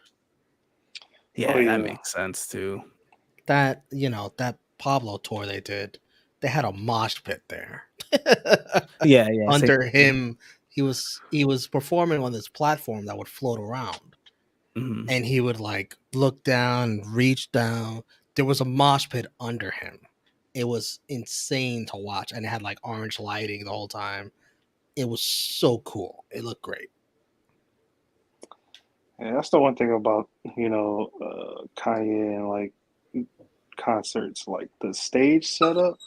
It's like amazing.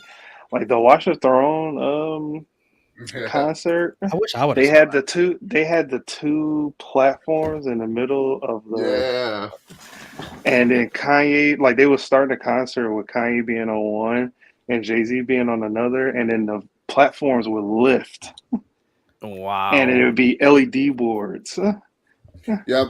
Our platforms didn't lift because mine was in the outdoor arena because they were at the Coliseum for ours. Oh, mine was at the Palace. So the stage that they were on, like when they were in the crowd, they lifted up. So they were like maybe 15 feet above. Have you seen the footage from the Pablo tour?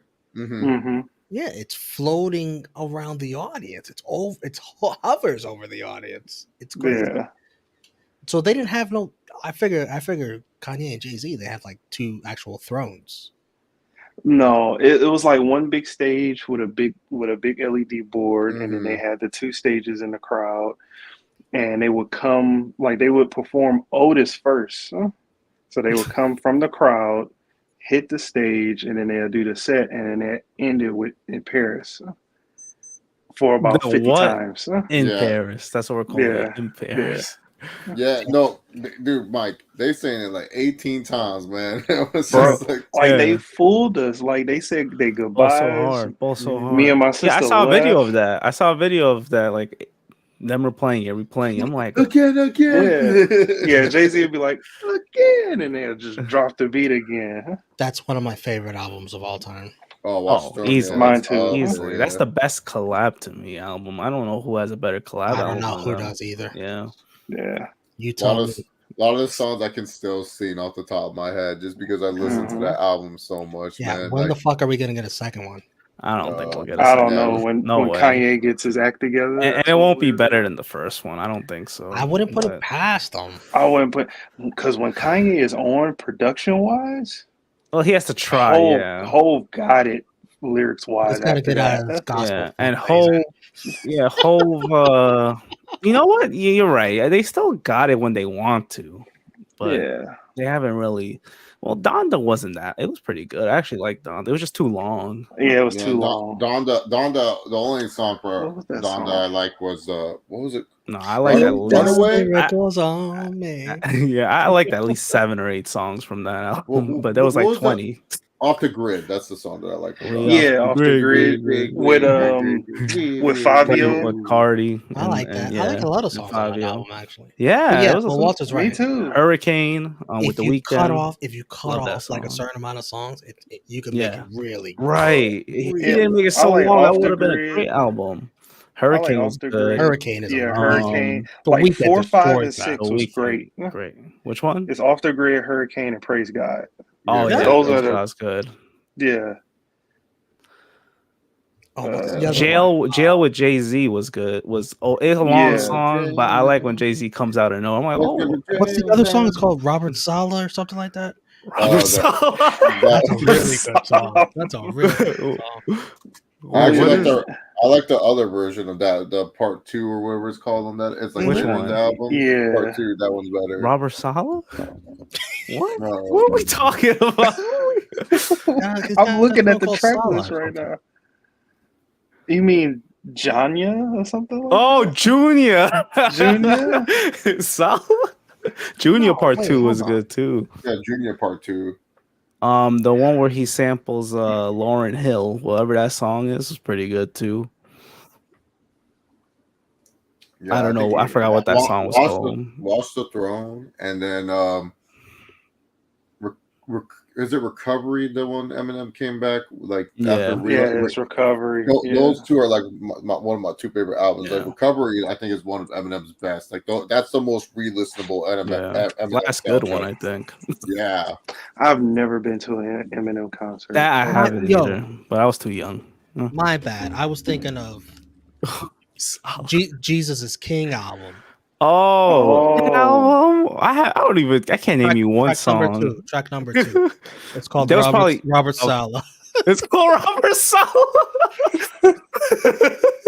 If you hear the beat, like that beat was hard, bro. There was one song from that album. Sala. Yeah, it's called Sala. I like the album he did with Kid Cudi was good too. Oh, Kids See Ghosts. I don't like Kids See Ghosts. I don't like that one. I like that one. I haven't listened to Kanye since his whole thing's been going down, so I detoxed myself from Kanye. I'm not gonna act like I'm innocent. I listen to Kanye, so I don't give a fuck. He's my favorite. Everyone listens to Kanye still. Let's be honest. Like if I do listen to Kanye, it'll be like 2010 and back. Yeah, that's his best. True. Yeah, because like I still like. I'm not gonna lie. I still listen to All the Lights. I love All the Lights. Like whenever. Yeah, my Twisted Dark Fantasy is just a classic. That's a great album. It's a gold classic. Such a great album. Dude, Monsters I know it's not just a Kanye song, it's a bunch of songs, but that's one of my favorite songs. Monsters good. Yeah. Obviously All the Lights. Gossip. It's no skips on this album. The one with Kid Cudi was good. Gorgeous. I'm trying to think of one. What was the other one I liked? Yeah, My Beautiful Dark Twisted Fantasy. Runaway, obviously. Runaway. Classic song. 808 So Paul, 808 and Heartbreaks. So that's my guilty pleasure album. That is a guilty pleasure album. Yeah, that is. It's the most slept on Kanye album. Can't go wrong. I love RoboCop. That's one of my favorite. Okay. Yeah. You'll never stop me. It's definitely the only one of the most memorable ones from that album. I mean, the only ones I really know. Coldest Winter. Winter, those two, and then Heartless, obviously, and what was the other one? The other single? So Heartless. Love One. Amazing. Amazing. Amazing was on that, right? Oh my god, Amazing was on that. Okay, that's a good song. Paranoid. So those would be my top 5. If I were to choose, like, what's your Hell of a Life? Hell of a Life was on Twisted Fantasy. Oh yeah, Hell of a Life. Yeah, that was a good song. What's your 5 favorite Kanye Lost songs? in the World's good too. 5 favorite Kanye songs. That's let's wait till Romeo comes back and then we can. So just kind of think of your list. We'll each say 5 up until 1. Bro, there's too many. I'm gonna look at every album, and I might have maybe one like single that wasn't on an album. That's one. Yeah, no, I'm just saying songs that you listen to that you're like, okay, these are like my top 5 favorite. Graduation album was so good. Oh, that's another no skip. There's like at least 4, like 3, there's no skips on that album. But my top 5, there definitely has to be one of those songs from the album. I'm gonna start with my number 5 and stuff, and then we'll inform Romeo. But my number 5 is Flashing Lights. That's definitely top 5. Love Flashing Lights. Lights.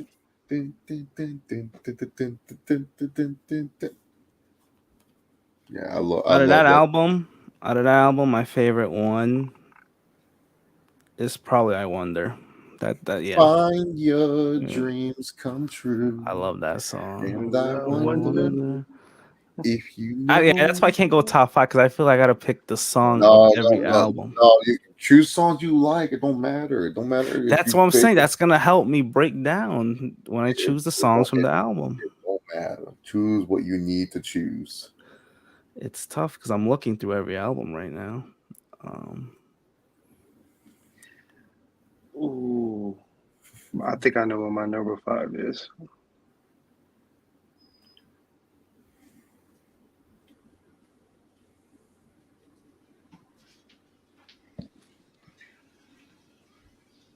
Let me go to, I'll go a little bit older. Yeah, I'm gonna say my number 5. I can't wait on Romeo. My number 5 is "Heard 'Em Say" with Adam Levine. Okay. Yeah, no, my number 5 was "I Wonder." I'm gonna put that as number 5, and I think there's 4 songs. So Romeo, we're naming our top 5 Kanye songs. I was listening to you guys, and I got my 5 ready. I got it ready. Perfect. Perfect. What's your number 5? So number 5. Number 5 for me is "Blood on the Leaves." Ooh. Oh, you went to Yeezus. That's a good one. I am a sick fuckwad. That is one of my favorite "Blood ones on the from that Leaves" album. is a really good song. Yeah. Blood It's on like the probably Leaves, number 7 for me. Black yeah, Skinheads up there. I like those two. That one I was about to say. Like I was like, man, I'm thinking about it. I'm like, no, I think I'll put it in my top 5, but yeah, it's up there. Number 4 for me, "All of the Lights."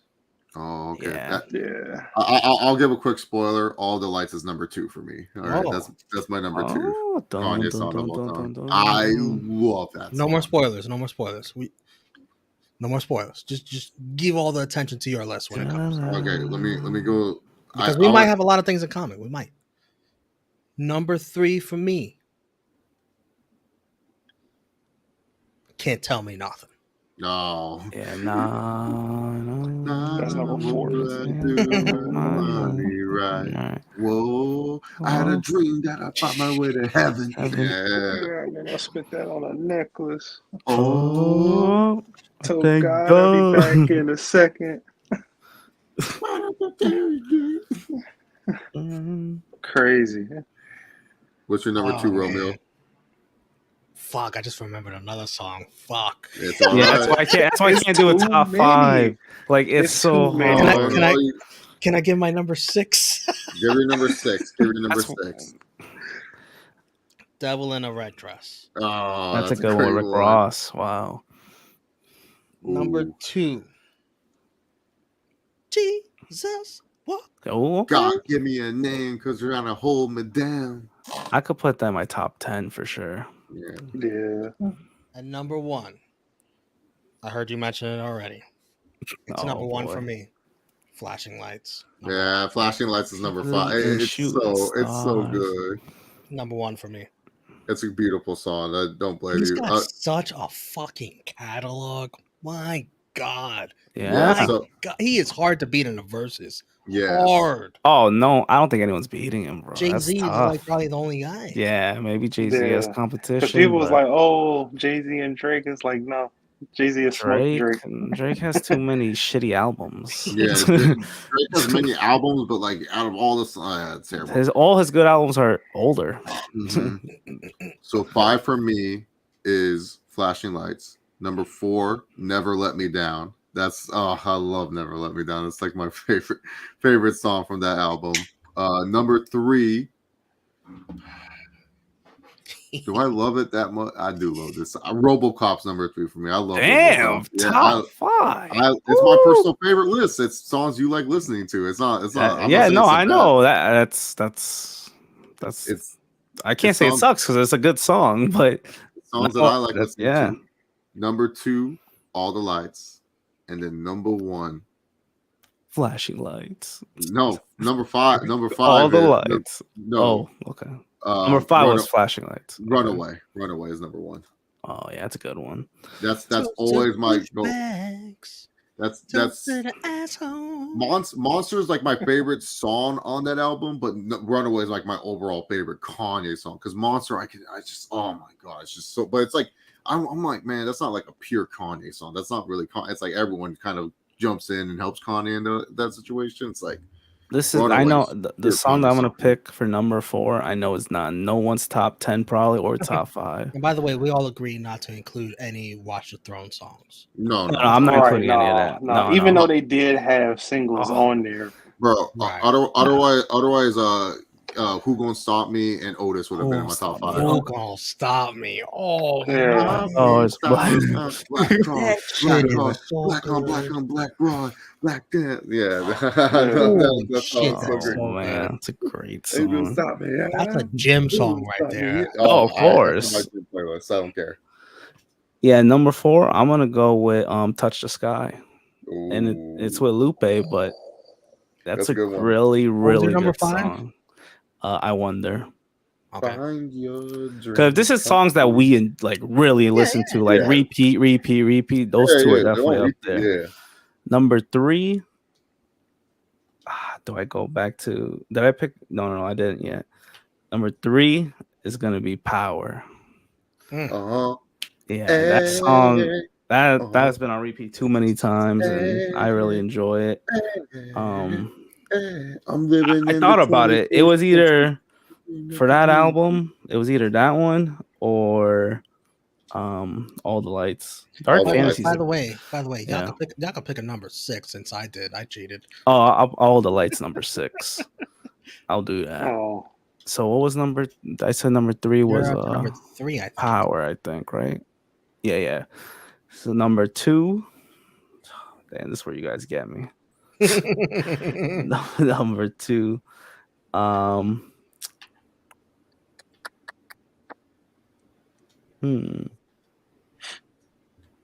Damn, Walter, you had all that time? I had all that time. He still can't narrow it down. Because it's 2 and 1. That's hard. It's hard to pick what I'm gonna put number 1. Some good shit, man. Number 6 for me would be Workout Plan.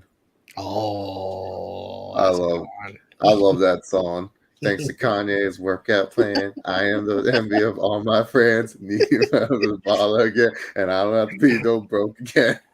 Bro, even like his next 20 after his first 20 will still fuck somebody up in verses. Yeah, no. And then since he's a producer, he can produce songs too. Exactly. That'd be cheating though. Through the Wire too is another song I love a lot. I'm surprised I haven't heard it yet. Oh, number 2. I found my number 2. I think I found my number 2. Ultralight Beam. Oh, okay. I love that song. I do love that song. That could be number 1, but I think I think there's something a little better than that. And number 1, see, that's why I can't do a top 5, because then I'm leaving one good song out. Oh shit! They reminded me of songs on the chat. What the chat say? Homecoming. I fucking love Homecoming. Homecoming is great. I'll put that top 10. Well, because I'm coming home again. Maybe we can start again. You know what? I am going to put. Yeah, man. There's another couple songs on the chat. Then you could see them in somebody's top 10. They're really good. Touch the Sky. Touch the Sky is definitely up there. It's when it all falls down. So good. You know what? No, number 1. I got to throw it back. It has to be Through the Wire. Because that's a classic one I always hear. That defines Kanye. I'm gonna put it number 1. I always listen to it. Yeah, no, Through the Wire, that song, I swear, man, that was my first Kanye song. I remember because my parents were like, they didn't care that I listened to rap, but like some songs they wouldn't let me listen to. But my dad was like, I always tell people the ones that I like the most, it's like they're like canceled. R. Kelly and fucking Kanye and stuff. Like I would listen to R. Kelly all the time. Did you see his documentary on Netflix? Which one, R. Kelly? Kanye. No, I did not. The Genius documentary. So good. You guys check it out. So good. Yeah, honorable mention. Obviously, got to put Flashing Lights. Runaway. I do like Runaway. If I hear someone say they don't like Flashing Lights or Runaway, I just stop listening to them. Those will put top 10 for sure. Those are 2 songs where it's like I do not care. Like I do not care what you put on your rankings. If you just say you don't like them, I don't take your music opinion seriously. I'll just be like, I don't care. Like I'll just when he performed Runaway for the first time at the VMAs, masterpiece, and he live like produced the beat on stage. I was like, this dude's crazy. Masterpiece. I think I'll put Heartless in the top 10 too. Oh, yeah. That's a very I don't know. It's like a different song. It's amazing. Amazing's top 15. I feel like it gotta be top 15 at least. I'm a monster, barely breathing. Yeah, holding on awesome to what song. I believe in. What's yours, Mike? Oh yeah, your top 5. So I'm gonna do 6 since Romeo. Yeah. 6. Yeah, everyone did Cheated. 10. It's my fault. I cheated. I went 10, I think. So my number 6 is gonna be So Appalled. Okay. Off of my beautiful so Dark Twisted Fantasy. Okay. Yeah. Number 5 is Heard 'Em Say. That's a good one. Number when he hits that fucking chorus, bro, Adam Levine, bro, he kills it. Number 4 is Big Brother. That beat. Oh yeah. Oh, everything was Big's brother. Oh man. Number 3. I'm gonna go with Diamonds from Sierra Leone. Yellow. That's a good one. I thought about that too, but with the remix with with Hov. Yeah. Hov. Number 2 is gonna be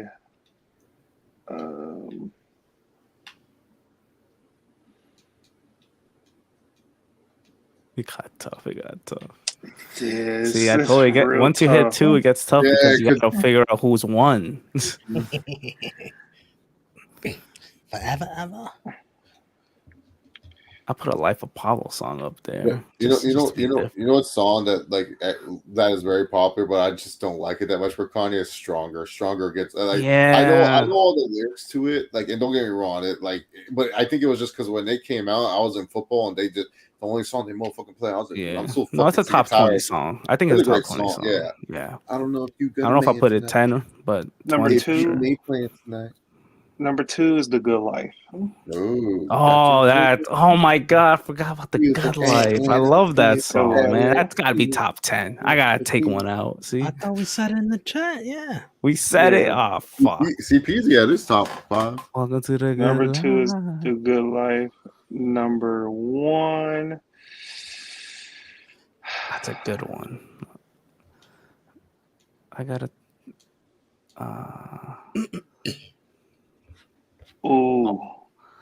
Number 1. What album? Late Registration. Okay, it's a classic. Hey Mama. Wow, it's a good one. Number one. Yeah, number 1. It's a meaningful one too. Yeah. Yeah. And if I was to make a top 10, it'd have a lot of things like Blood on the Leaves. Oh yeah, that's a good Yeezus song too. Bound 2. Bound 2 was good too. I didn't hear a lot of people like it though. But what's that song on Michael Pablo? Father Stretch My Hands Part 1. Even the Panda song is fine. Yeah. The one that I thought was Future at first. Then Runaway from you gotta put that up there. Hell of a Life should be up there too. Yeah, Hell of a Life. It would be in there. Yep. You know what I Amazing. love more? You know what I love more than Hey Mama though? What? Oh, and Slow Jams. Slow Jams. That's a Marvin Gaye. Kanye, I want a little bit faster. Damn, girl, I can't go that fast, but I know somebody can. And Twister comes in. When I was a kid, I used to know his part by heart. I can't do it now. Yeah, it's too fast for me. But I could do most of the Kanye stuff. Kanye Roses. I like that more than Hey Mama. You remember that? That's from what is that from?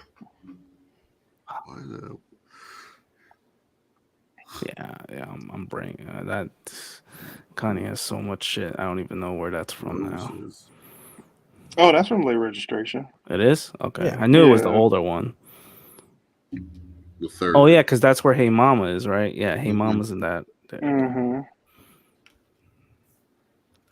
Slow Jams. Oh, Gold Digger. Late Registration. My favorite ones. God. Touch the Sky. Heard him say Gold Digger. Yeah, those when three. I'm in need, yeah, she's a thriving. We Major's a good song too. I like We Major. A gold digger. Yeah, she knows what she need. She took my money, and I think she a gold digger. She ain't messing with no broke nigga. Oh, I ain't saying she a gold digger. She ain't messing with no broke nigga. Damn, 2 Jamie Foxx songs. Yeah. Jams, Slow Jams, Gold Digger. Well, it sounds like Jamie Foxx doing a lot better. Yeah, he's at home. He's at home, which is good. That's great. Apparently, he's been healthy for quite some time. The media just don't report it. Kind of weird, but I don't know what's going on. Trying to give us people heart attacks and stuff. Surprised Zero News wasn't all over that. Oh, Caden's favorite source? He loves that source. He loves Zero News. There's no bad song in this album. My Beautiful Dark Twisted Fantasy. Read them all. Read them all out loud. Dark Fantasy. Good. Gorgeous. Good. Good. Power. Good. Great. All of the Lights. Amazing. Fantastic. Monster. Yes. Amazing. So Appalled. Of course, great. Yes. Great. Devil in a New Dress. Oh my God. Runaway. Yes. Amazing. Hell of a Life. Amazing. Blame Game. I like Blame Game. Gee, that's really good. Lost in the World, of course. That's good.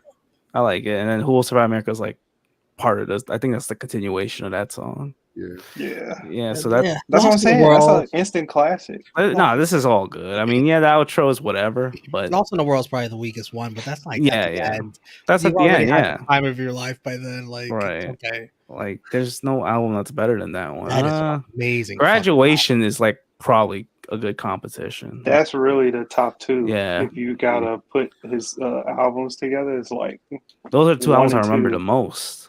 Read out Graduation. Graduation. Good Morning. Oh, that's I thought I forget Good Morning. Fuck. Dude, that used to be I forgot which phone it was. I think it was it was the first time I got like the Samsung smartphone. I could actually set like a song to my alarm. And I was like, oh, this is fucking crazy. So I set Good Morning as my alarm for the Samsung phone. So and then I got sick of it. I was like, okay, it was cool the first like 2 months I had it. And I was just like, this is just too much. It was just too loud. I used to do that too. Put a song that I like as an alarm, and then I'm like, oh, I hate the song now. Fuck this. Yeah, it's Good Morning, Champion, Stronger. I Wonder. That I'm the champion. I have this whole album downloaded on Spotify. Yeah. Yes, I did. Good Life. Yes. Can't Tell Me Nothing, Barry Bonds. Drunk and Hot Girls. Just another hit, Barry Bonds. Yeah, with Lil Wayne. Flashing Lights. Classic. Believe in Everything I Am, The Glory, Homecoming, Big Brother, and Good Night. How'd I forget Homecoming? Fuck. Yeah, we said it earlier. I was like, man, Big Brother. Okay, I still like Big Brother's good too. I still like Fantasy more than that, but that's really good still. Yeah, no, Fantasy's better. I always tell people I still think College Dropout is like probably a second best behind Fantasy. College Dropout is just, you could say too. Yeah, all these songs are really good too. Actually, his first one, I don't skip at all when I go back to listen to College Dropout. I think depends how you feel about the skits too. I haven't made shit. I want to buy me a spaceship. Because Late Registration is a really good one too. I didn't realize it. Past the sky. Oh. Yeah, no, the interludes on these is funny too. Like really good. I love workout plans for a skit. Girl, you know I got you. I got you for free 99. Free 99. Yeah, that's my dog right there. You know I got you. You just popped in the Kanye West workout tape. Now, ladies. I forgot the rest of it, but you know the rest. Yeah, that's a long time. I managed to get in my high school talent show because I was hosting it. I had to do like some skits. And so one of the skits I wanted to do was a Kanye West workout plan dance skit because I knew some of the girls from dance team. And so and we used to practice it. So I asked them and they said, as long as there's no bad words in it. And I said, I mean, because the song sexualizes women, but I said, it's going to be mostly like a workout mix. So I worked with the audio person. We did like the workout mix for it, like thanks to Kanye's workout plan. We changed the Kanye to Chase's workout plan and stuff. And then I was doing the main thing, and the girls, they were just kind of doing their dancing and stuff. But it's been a week without me, and she feel weak without me. And the one thing we had to get rid of was like the SARS and stuff. That was the only thing we had to like edit out and stuff. But yeah, but cover your mouth, girl, because you got SARS. Like I couldn't say that, so we had to change it up. But yeah, we did a whole skit, and then we had the girls talk about how they became successful after doing Chase's workout plan. It was great. Yeah, no one picked the newer Kanye album in their top 5 or top 10 or top. I feel like with the newer ones, like there's good songs. It's just like after Life of Pablo, it's kind of like Ultra Beam is the most recent one I really like the most out of all these. Honestly, Off the Grid would be mine because that reminds me of like Donda. Yeah. Hurricane would be the closest. Hurricane was the best one. Hurricane and Off the Grid are the only two I can think of where I'm like, man, that's Kanye to me. It's not enough for me to put in the top 5. I think Ultralight Beam, like I like how it felt different. I don't know, like it came out smooth too, and the way to start the album. And I feel like, damn, the best song was the fucking opening song of the album. Fuck. And then that's how he ended his tour with that song.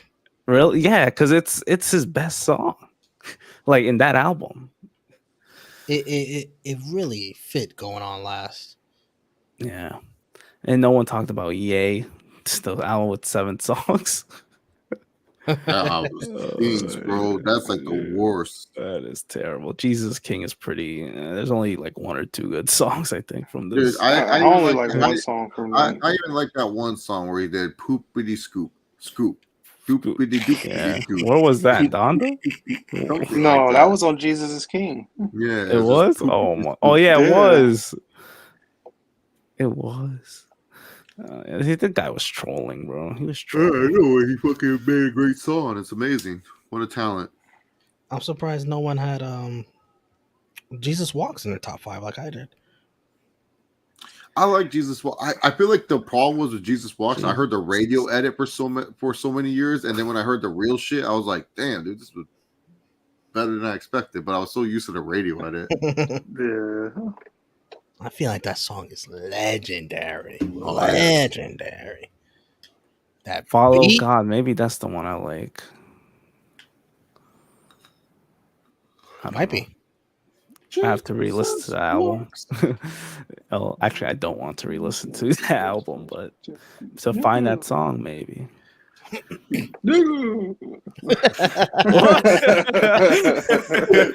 Somebody told me, Kanye West. Dude, Steve's gonna be like, "Come on, Big Mike, we're trying to get monetized here." I can't imagine Steve in the stream right now. Like, what are you doing? I used to hear my sister like say that throughout the house back in 03. And I was like, "What song is this?" And she was like, "Jesus Walks." What was Steven doing if he was in this stream right now? He would be like, "Come on, guys, what are you doing?" Well, Walty,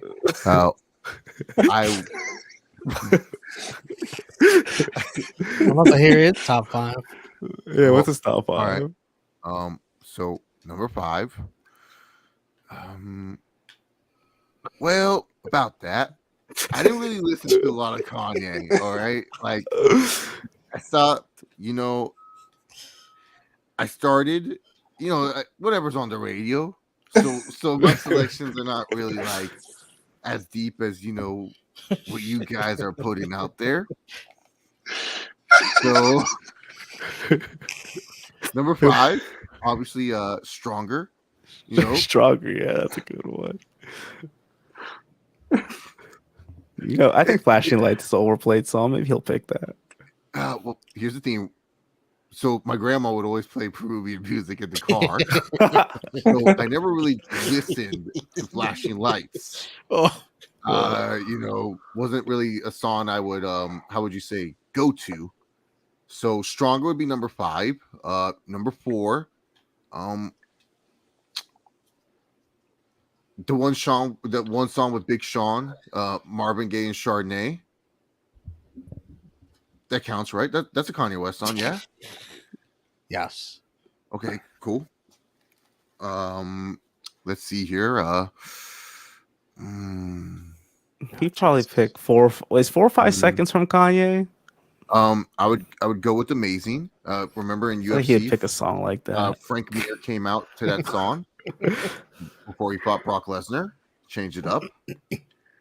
Pretty interesting. He says to change it. 2 more to go. 2 more. No, number 2. I would also go with Jesus Walks. Because it would always be on the radio. Yeah. And I remember listening to it. You know, one time I remember my oh man.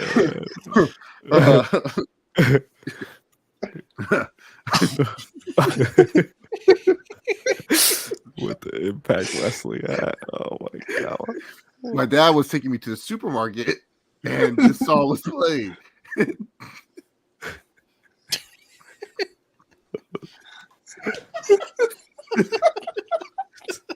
Steve. and I remember, hurry up. I remember this lady just got into the middle of the street while doing it, and I was wondering to myself, why was she in the? You know, it goes on these stories. Yes, like, random stories. What was the point of this story? No, I was just remember that. No. I'm just saying, you know. What the fuck is your number 1 song, Steve? Yeah, right. Go around the bush.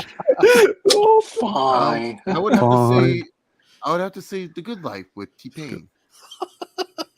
Wow, it took you that long to say The Good Life. We're talking about, you know, Cisco Blanco songs. I'll get you all the lyrics you can get, you know, give you my top 5 easy. But yeah, I didn't really listen to Eladio Card or whatever that new guy is promoting. Eladio Calderon. Yeah. But anyways, that I really want to land it, but I was just thinking of Steve telling the story, and I was like, "What's the point of this, Steve?" He goes, "No, I'm just saying." It's just like, what are you talking about? Yeah. Oh no, not that. I agree with CPZ with that comment. Kaden would be like, I don't like Kanye. All right, so Kanye, he has some interesting stuff, but what he did recently, I can't support.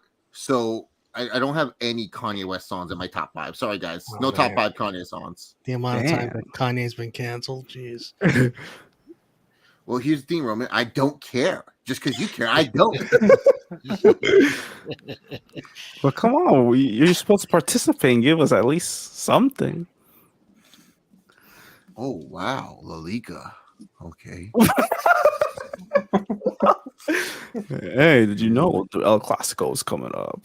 Yeah. It's like the Madrid Derby. Yeah, no, not Madrid Derby. It's the El Clasico is like Lakers and Celtics. You know. Yeah. You know, picture a classical like Gordon Ramsay taking on Bobby Flay in a battle. You know. Ooh. Bobby Flay. You know, on the Food Network, beat Bobby Flay. Food Network. I don't watch that. Oh. Walty, come on, man. We're gonna go be in Vegas soon. I can't wait. Gonna be a movie. A movie, as the kids would say. Hey, we outside. We outside. What's we outside? We outside. What is that? Like, what do you mean we outside? We in the supermarket. Did he say this? I think he did. He's like, what do you mean, motherfucker? How we outside? That's what he said.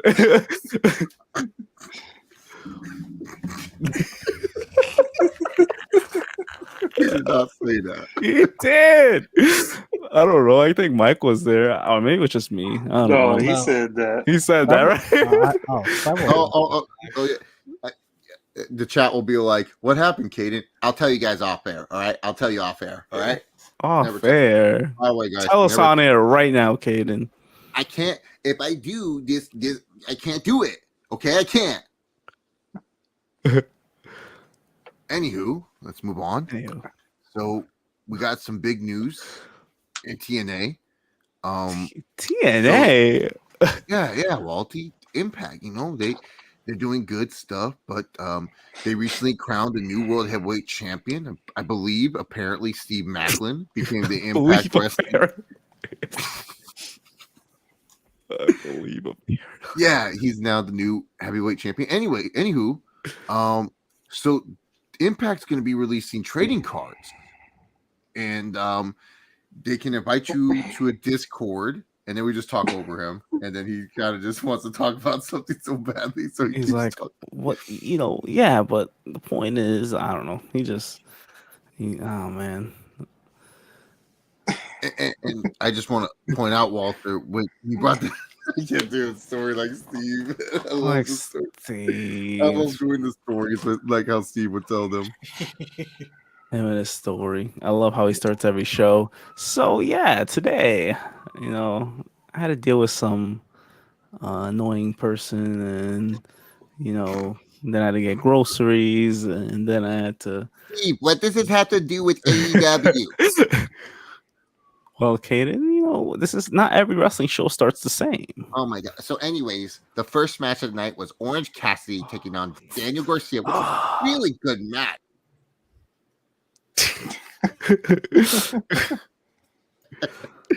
Behave. Did you guys say that at the same time? Steve.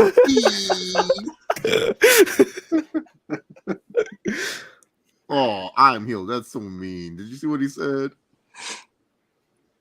Oh my god. I think Romeo had the funny. Where's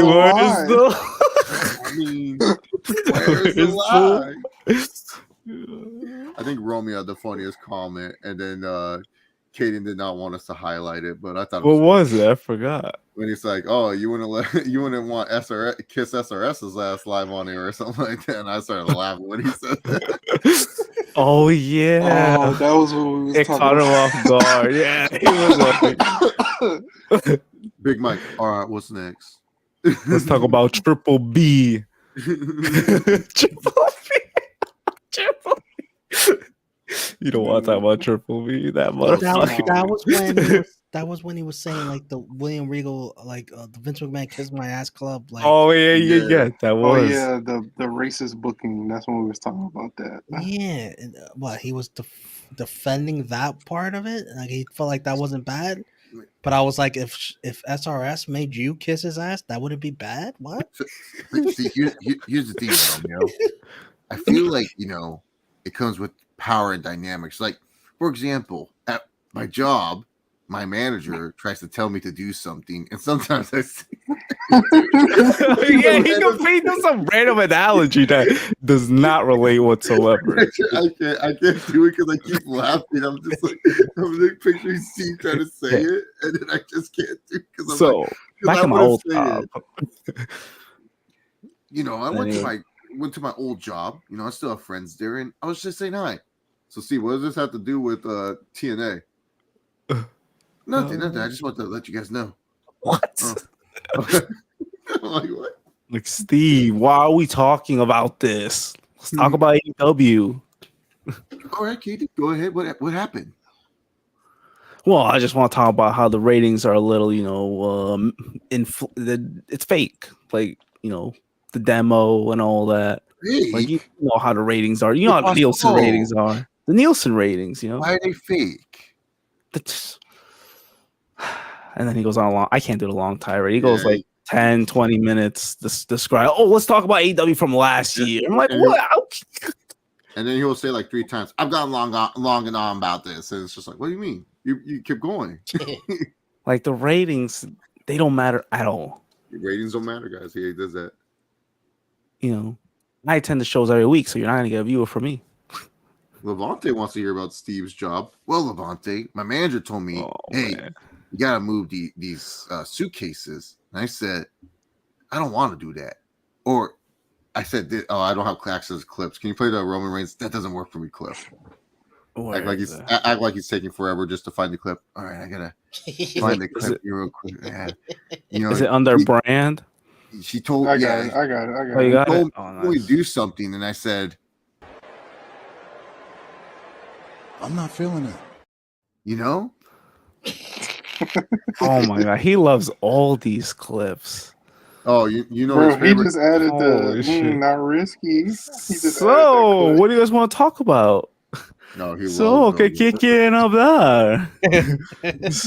Damn, Mike. If he added a clip, that means something had to delete. That had to be sent to the deletion yard, right? What got deleted? Yeah. He I don't labels know them what now. I got thought he used to deleted. not label them before. Now he labels all of them. No, Caden put them Even- in alphabetical order. Even the ones where it says Rampage and Ring of Honor. Wow. Yeah, so- Hashtag AEW Rampage. You gotta label it so it's easier to access. You gotta name But it. even then, it takes him like 4 years to play a clip. There's background music. We're not playing no back. What happened? Why do we still have this? Let's talk. Well, I know we haven't done an episode in a while, and I figured it'd be good for the fans, to do a impromptu Let's Talk NXT. So, anywho, let's get started. NXT. Let me get the results here. It's been granted, today's Friday. Show happened on Tuesday. NXT on a Friday. So let me get the results. Romeo, how did you like NXT? You watched it. I gave it a thumbs up. Oh, was that good? Oh, wow. And the ratings were pretty good, I think, this week. No, They jumped up. 601, not bad. Yeah, I think it's almost as much as AEW Dynamite. It's more than AEW Rampage. Mike, can you play the Rampage clip for me? Can you play the Rampage? I got it. It's the hashtag AEW Rampage after it. Like, no one's watching that, dude. Yeah. Stop.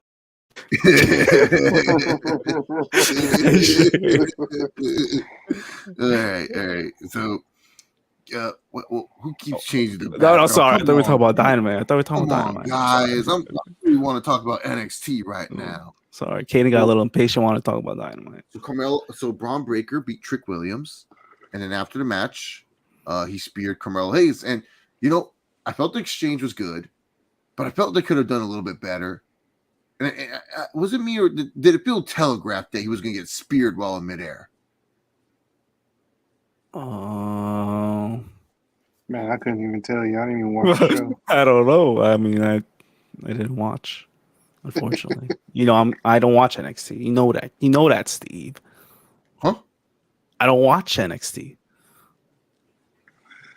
Come on, Steve. Let's talk about Dynamite, something that I actually watch. Well, about that. What about my All Honor show?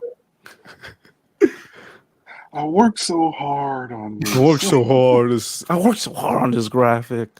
You're gonna let it go to waste. Steve, poor Steve, you're gonna wake up. Yeah, he's gonna take away all my privileges. Let's fucking going through all these. Where's the ATP one? Oh, why does he still have this one? Oh my god, the white one. Yeah, I hate that one. He keeps it on until he leaves. And he goes, "Now it's ATP after." That should be our background right now. The white one, the black one. No, the black one. It's always been. It's always been the background. He Yeah. changes it when he goes on. What about the Oh, kitchen? All right, guys, I leave you. ATP dark. Now we're at Steve's kitchen. What are we cooking? Who's cooking? Well, on the menu today, we got some parfait mushrooms.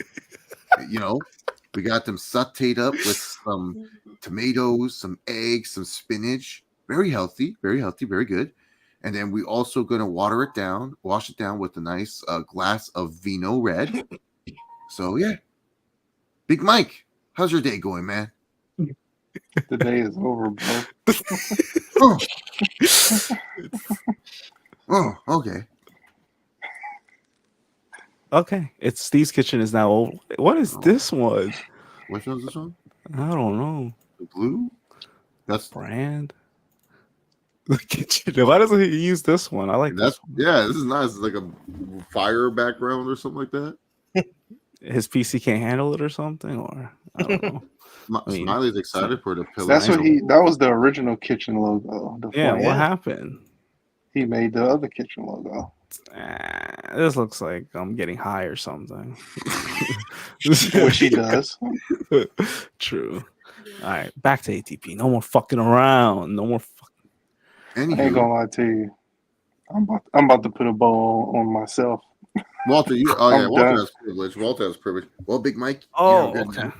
You have a good night, Mike. A Big Mike. Yeah. We're still on for tomorrow. For Clash of Champions, Night of Champions. Watch along. Night of Champions watch along tomorrow. Yes. 6 o'clock. Oh. 6 o'clock. Yeah. All right. Yeah. Yeah. I'll see you guys though. Oh, CPZ, that's mean. What'd he say? Well, I can't read it. This? Read it, Mike. Crazy. Karen Lee. Oh man, I thought he misspelled it like I do. Oh no, sorry. Oh man. Kaden goes on a tired line cook. Kaden Lee here. Yeah, the line cook. You know, Kaden Lee. Yeah. He's here, and yeah. Anywho, so it was a very interesting day today.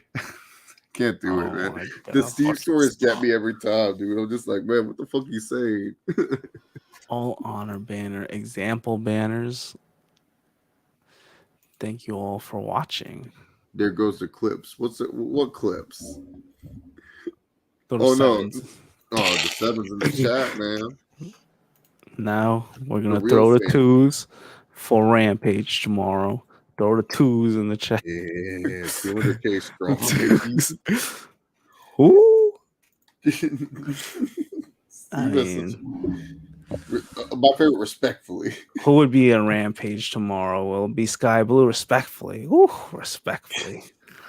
Respectfully, guys. Goldberg here. He loves it. I think Goldberg is his favorite impression of This mine. used to be Creature. Why he changed it? Because I pointed it out. I was like, what the hell? Bro, you guys got me so hard when you guys pointed it out. I tried my hardest not to laugh when I was doing the play voice. I was like, so Creature. Content creature. Dude, sometimes when I do Triple H, I almost crack myself up when I do because shit. I love when I do like Triple H and I'm just bagging on AEW because I feel like Triple H does that on the side, like, oh yeah, that's cute, man. That's a cute number they got there. 500K. Going live soon. Stand by. Oh, you could do this? Yeah. I don't know why he doesn't use the ticker more. He should use the ticker. If you are new to the doesn't he keep that up the whole time? Just keep it up. Why does he not? Be back.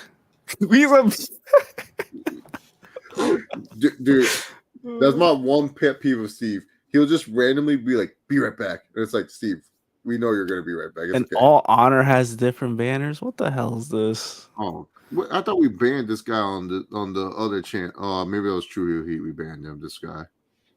Which guy? We got to ban someone?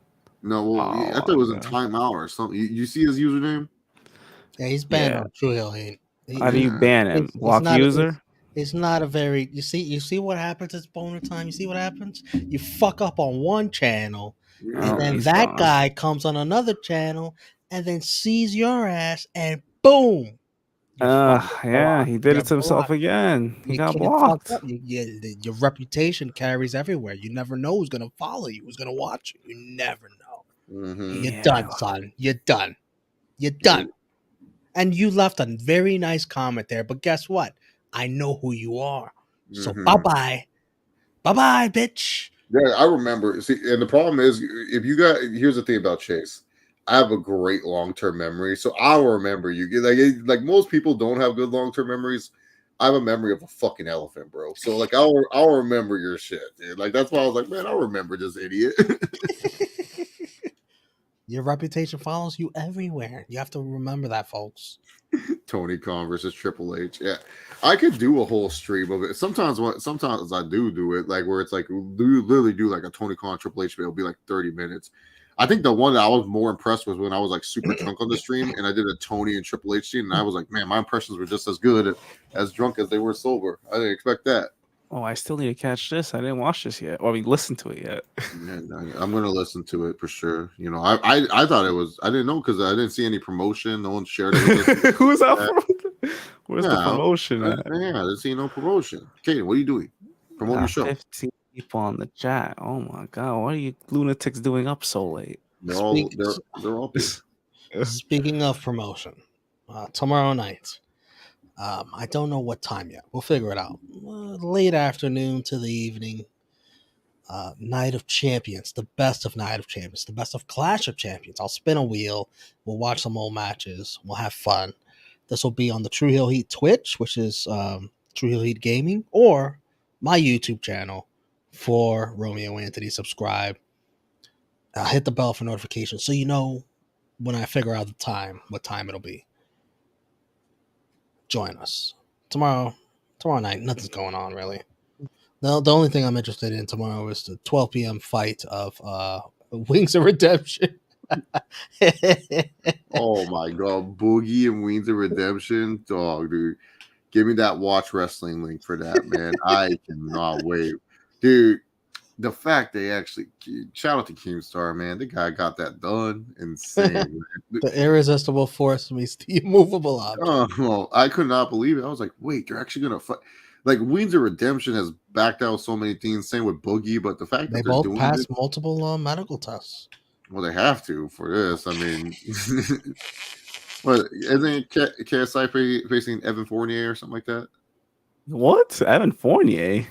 For real? Some guy named Fournier. Because I don't know. My thoughts, and I feel it needs to be a video for him because most of the channel viewers are watching you guys live. No, I agree with you, CPZ. It's one. It should be on both. Yeah, it should be on both. That's the reason why I haven't really done a lot on my side of things is because I'm still trying to get the video portion figured out on that. That's the one thing because I want to figure out how can I get the video to you guys, but also make it a pod because I want to do more podcasting, but I want to make it a video. But at the same time, I got to figure out. Plus, guys, I'm busy, man. Like, trust. Well, after the Europe trip, after I'm done selling solar in Europe, I'll be back. Let me get through the European trip, and then I can go because I don't want to start again. And then you're going all in? No, I'm going for work. I'm going all in for work. Yeah. I just heard you going a year. It was like, it's going all in. Yeah, I'm going to Germany. In 2 weeks. Nice. Yeah, I'm gonna go to Germany. So if you guys don't see, I'm leaving June 10th, and I'll be back at the end of June. So June 26th, I'll be back. Oh, that's a nice trip. Jeez. Yeah, and I get paid for it all. So. Oh, it's beautiful. Wow, that's awesome. You never been there before? First time?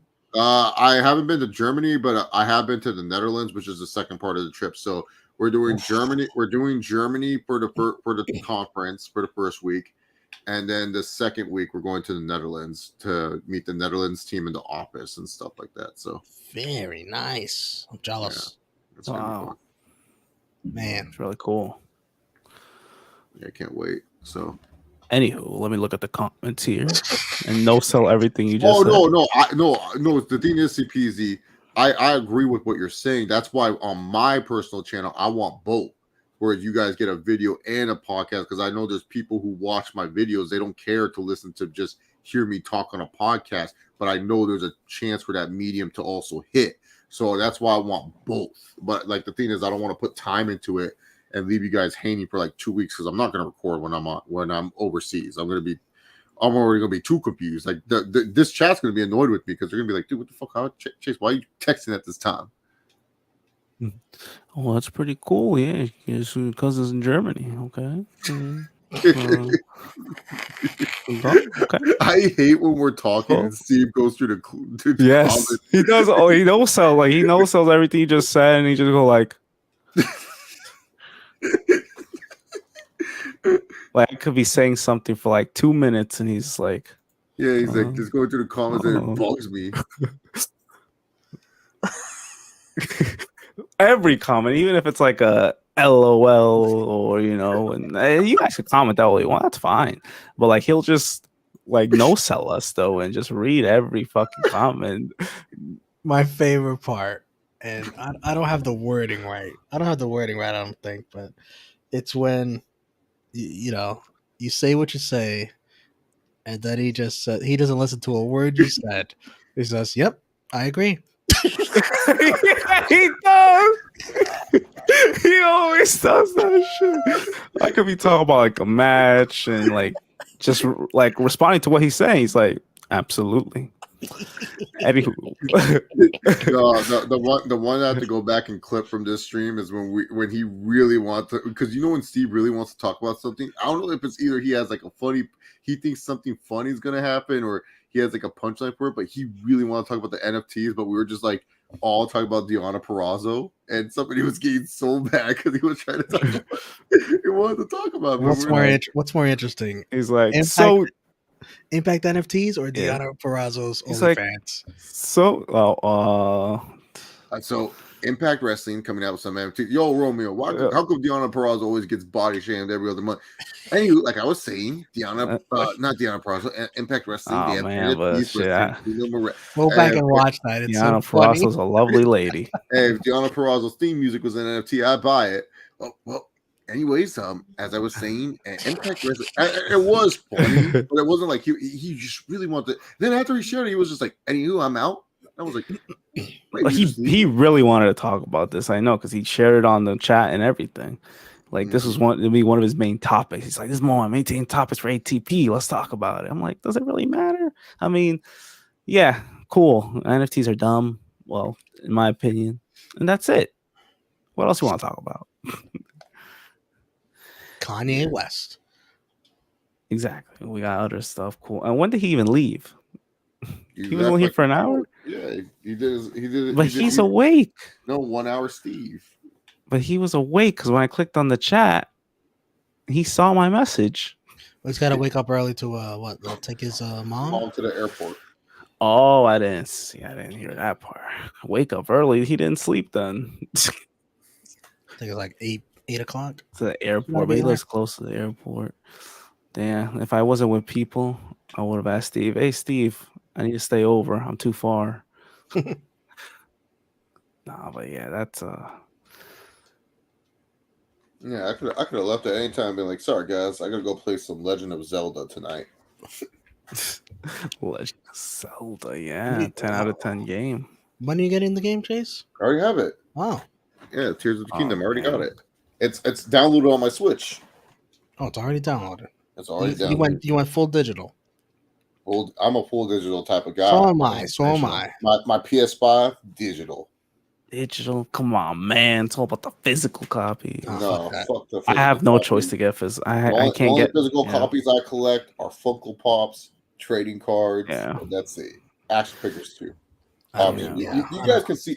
Y'all can see my physical mediums that I have behind me, and you guys only see the bookshelf where it has a lot more shit. So I don't want to get up from my seat and then change the disc. I don't want to. I mean, I have no choice. Like I can't do physical. So no, but especially because when it comes to physical, it doesn't change the fact that even when I put the stupid ass disc in, I still gotta wait 30 minutes for the shit to download. Like if it's gonna it's dumb. If it's gonna take 30 minutes to download, fuck it, dude. I'm just gonna download it and have it right there. Like who does discs anyway? Computers. My computer doesn't even have a disc tray. Yeah, that's what I'm saying. Screw it. I have no choice but to fucking download digitally, and it's faster. I think just to load the game. No way faster. Way faster for sure. You ready to put a bow on this? You want to put a bow? Let's put a bow on this, guys. So, anywho, thank you so much for watching. 3 hours. Yeah, 3 hours. Oh wow. Yeah. That's a lot. So, anyways, Romeo, where can the great people find you? For Romeo Anthony, especially tomorrow on YouTube. Check us out. Subscribe. Bell for notifications. I don't have a set time yet, but probably late afternoon into the evening. But not way too late because Mother's Day is coming up. So we'll have fun. We'll watch some Night of Champions on the Peacock. And maybe some Clash of Champions too. Maybe we'll get some old school Ric Flair matches on Clash of Champions. Who knows? Walty? Oh, I'm sorry. I'm just rubbing my eyes a little bit. Sorry. Oh, sorry. Oh, I didn't mean to be rude there. Yeah, you can follow me on Twitter at Hey I'm Walter. That's a bad impersonation because he would never apologize. Oh, you're right. He doesn't. He's like, wait, what happened? No, he just goes, my apologies. He says my apologies. Yeah, my apologies. My apologies. Anyway, Very, very sarcastically. yeah, he doesn't mean it. But yeah, you can check me out on Twitter at HeyWalter. Check out Around the Point, of course, and yeah, stay tuned for tomorrow. I don't know what show we're having.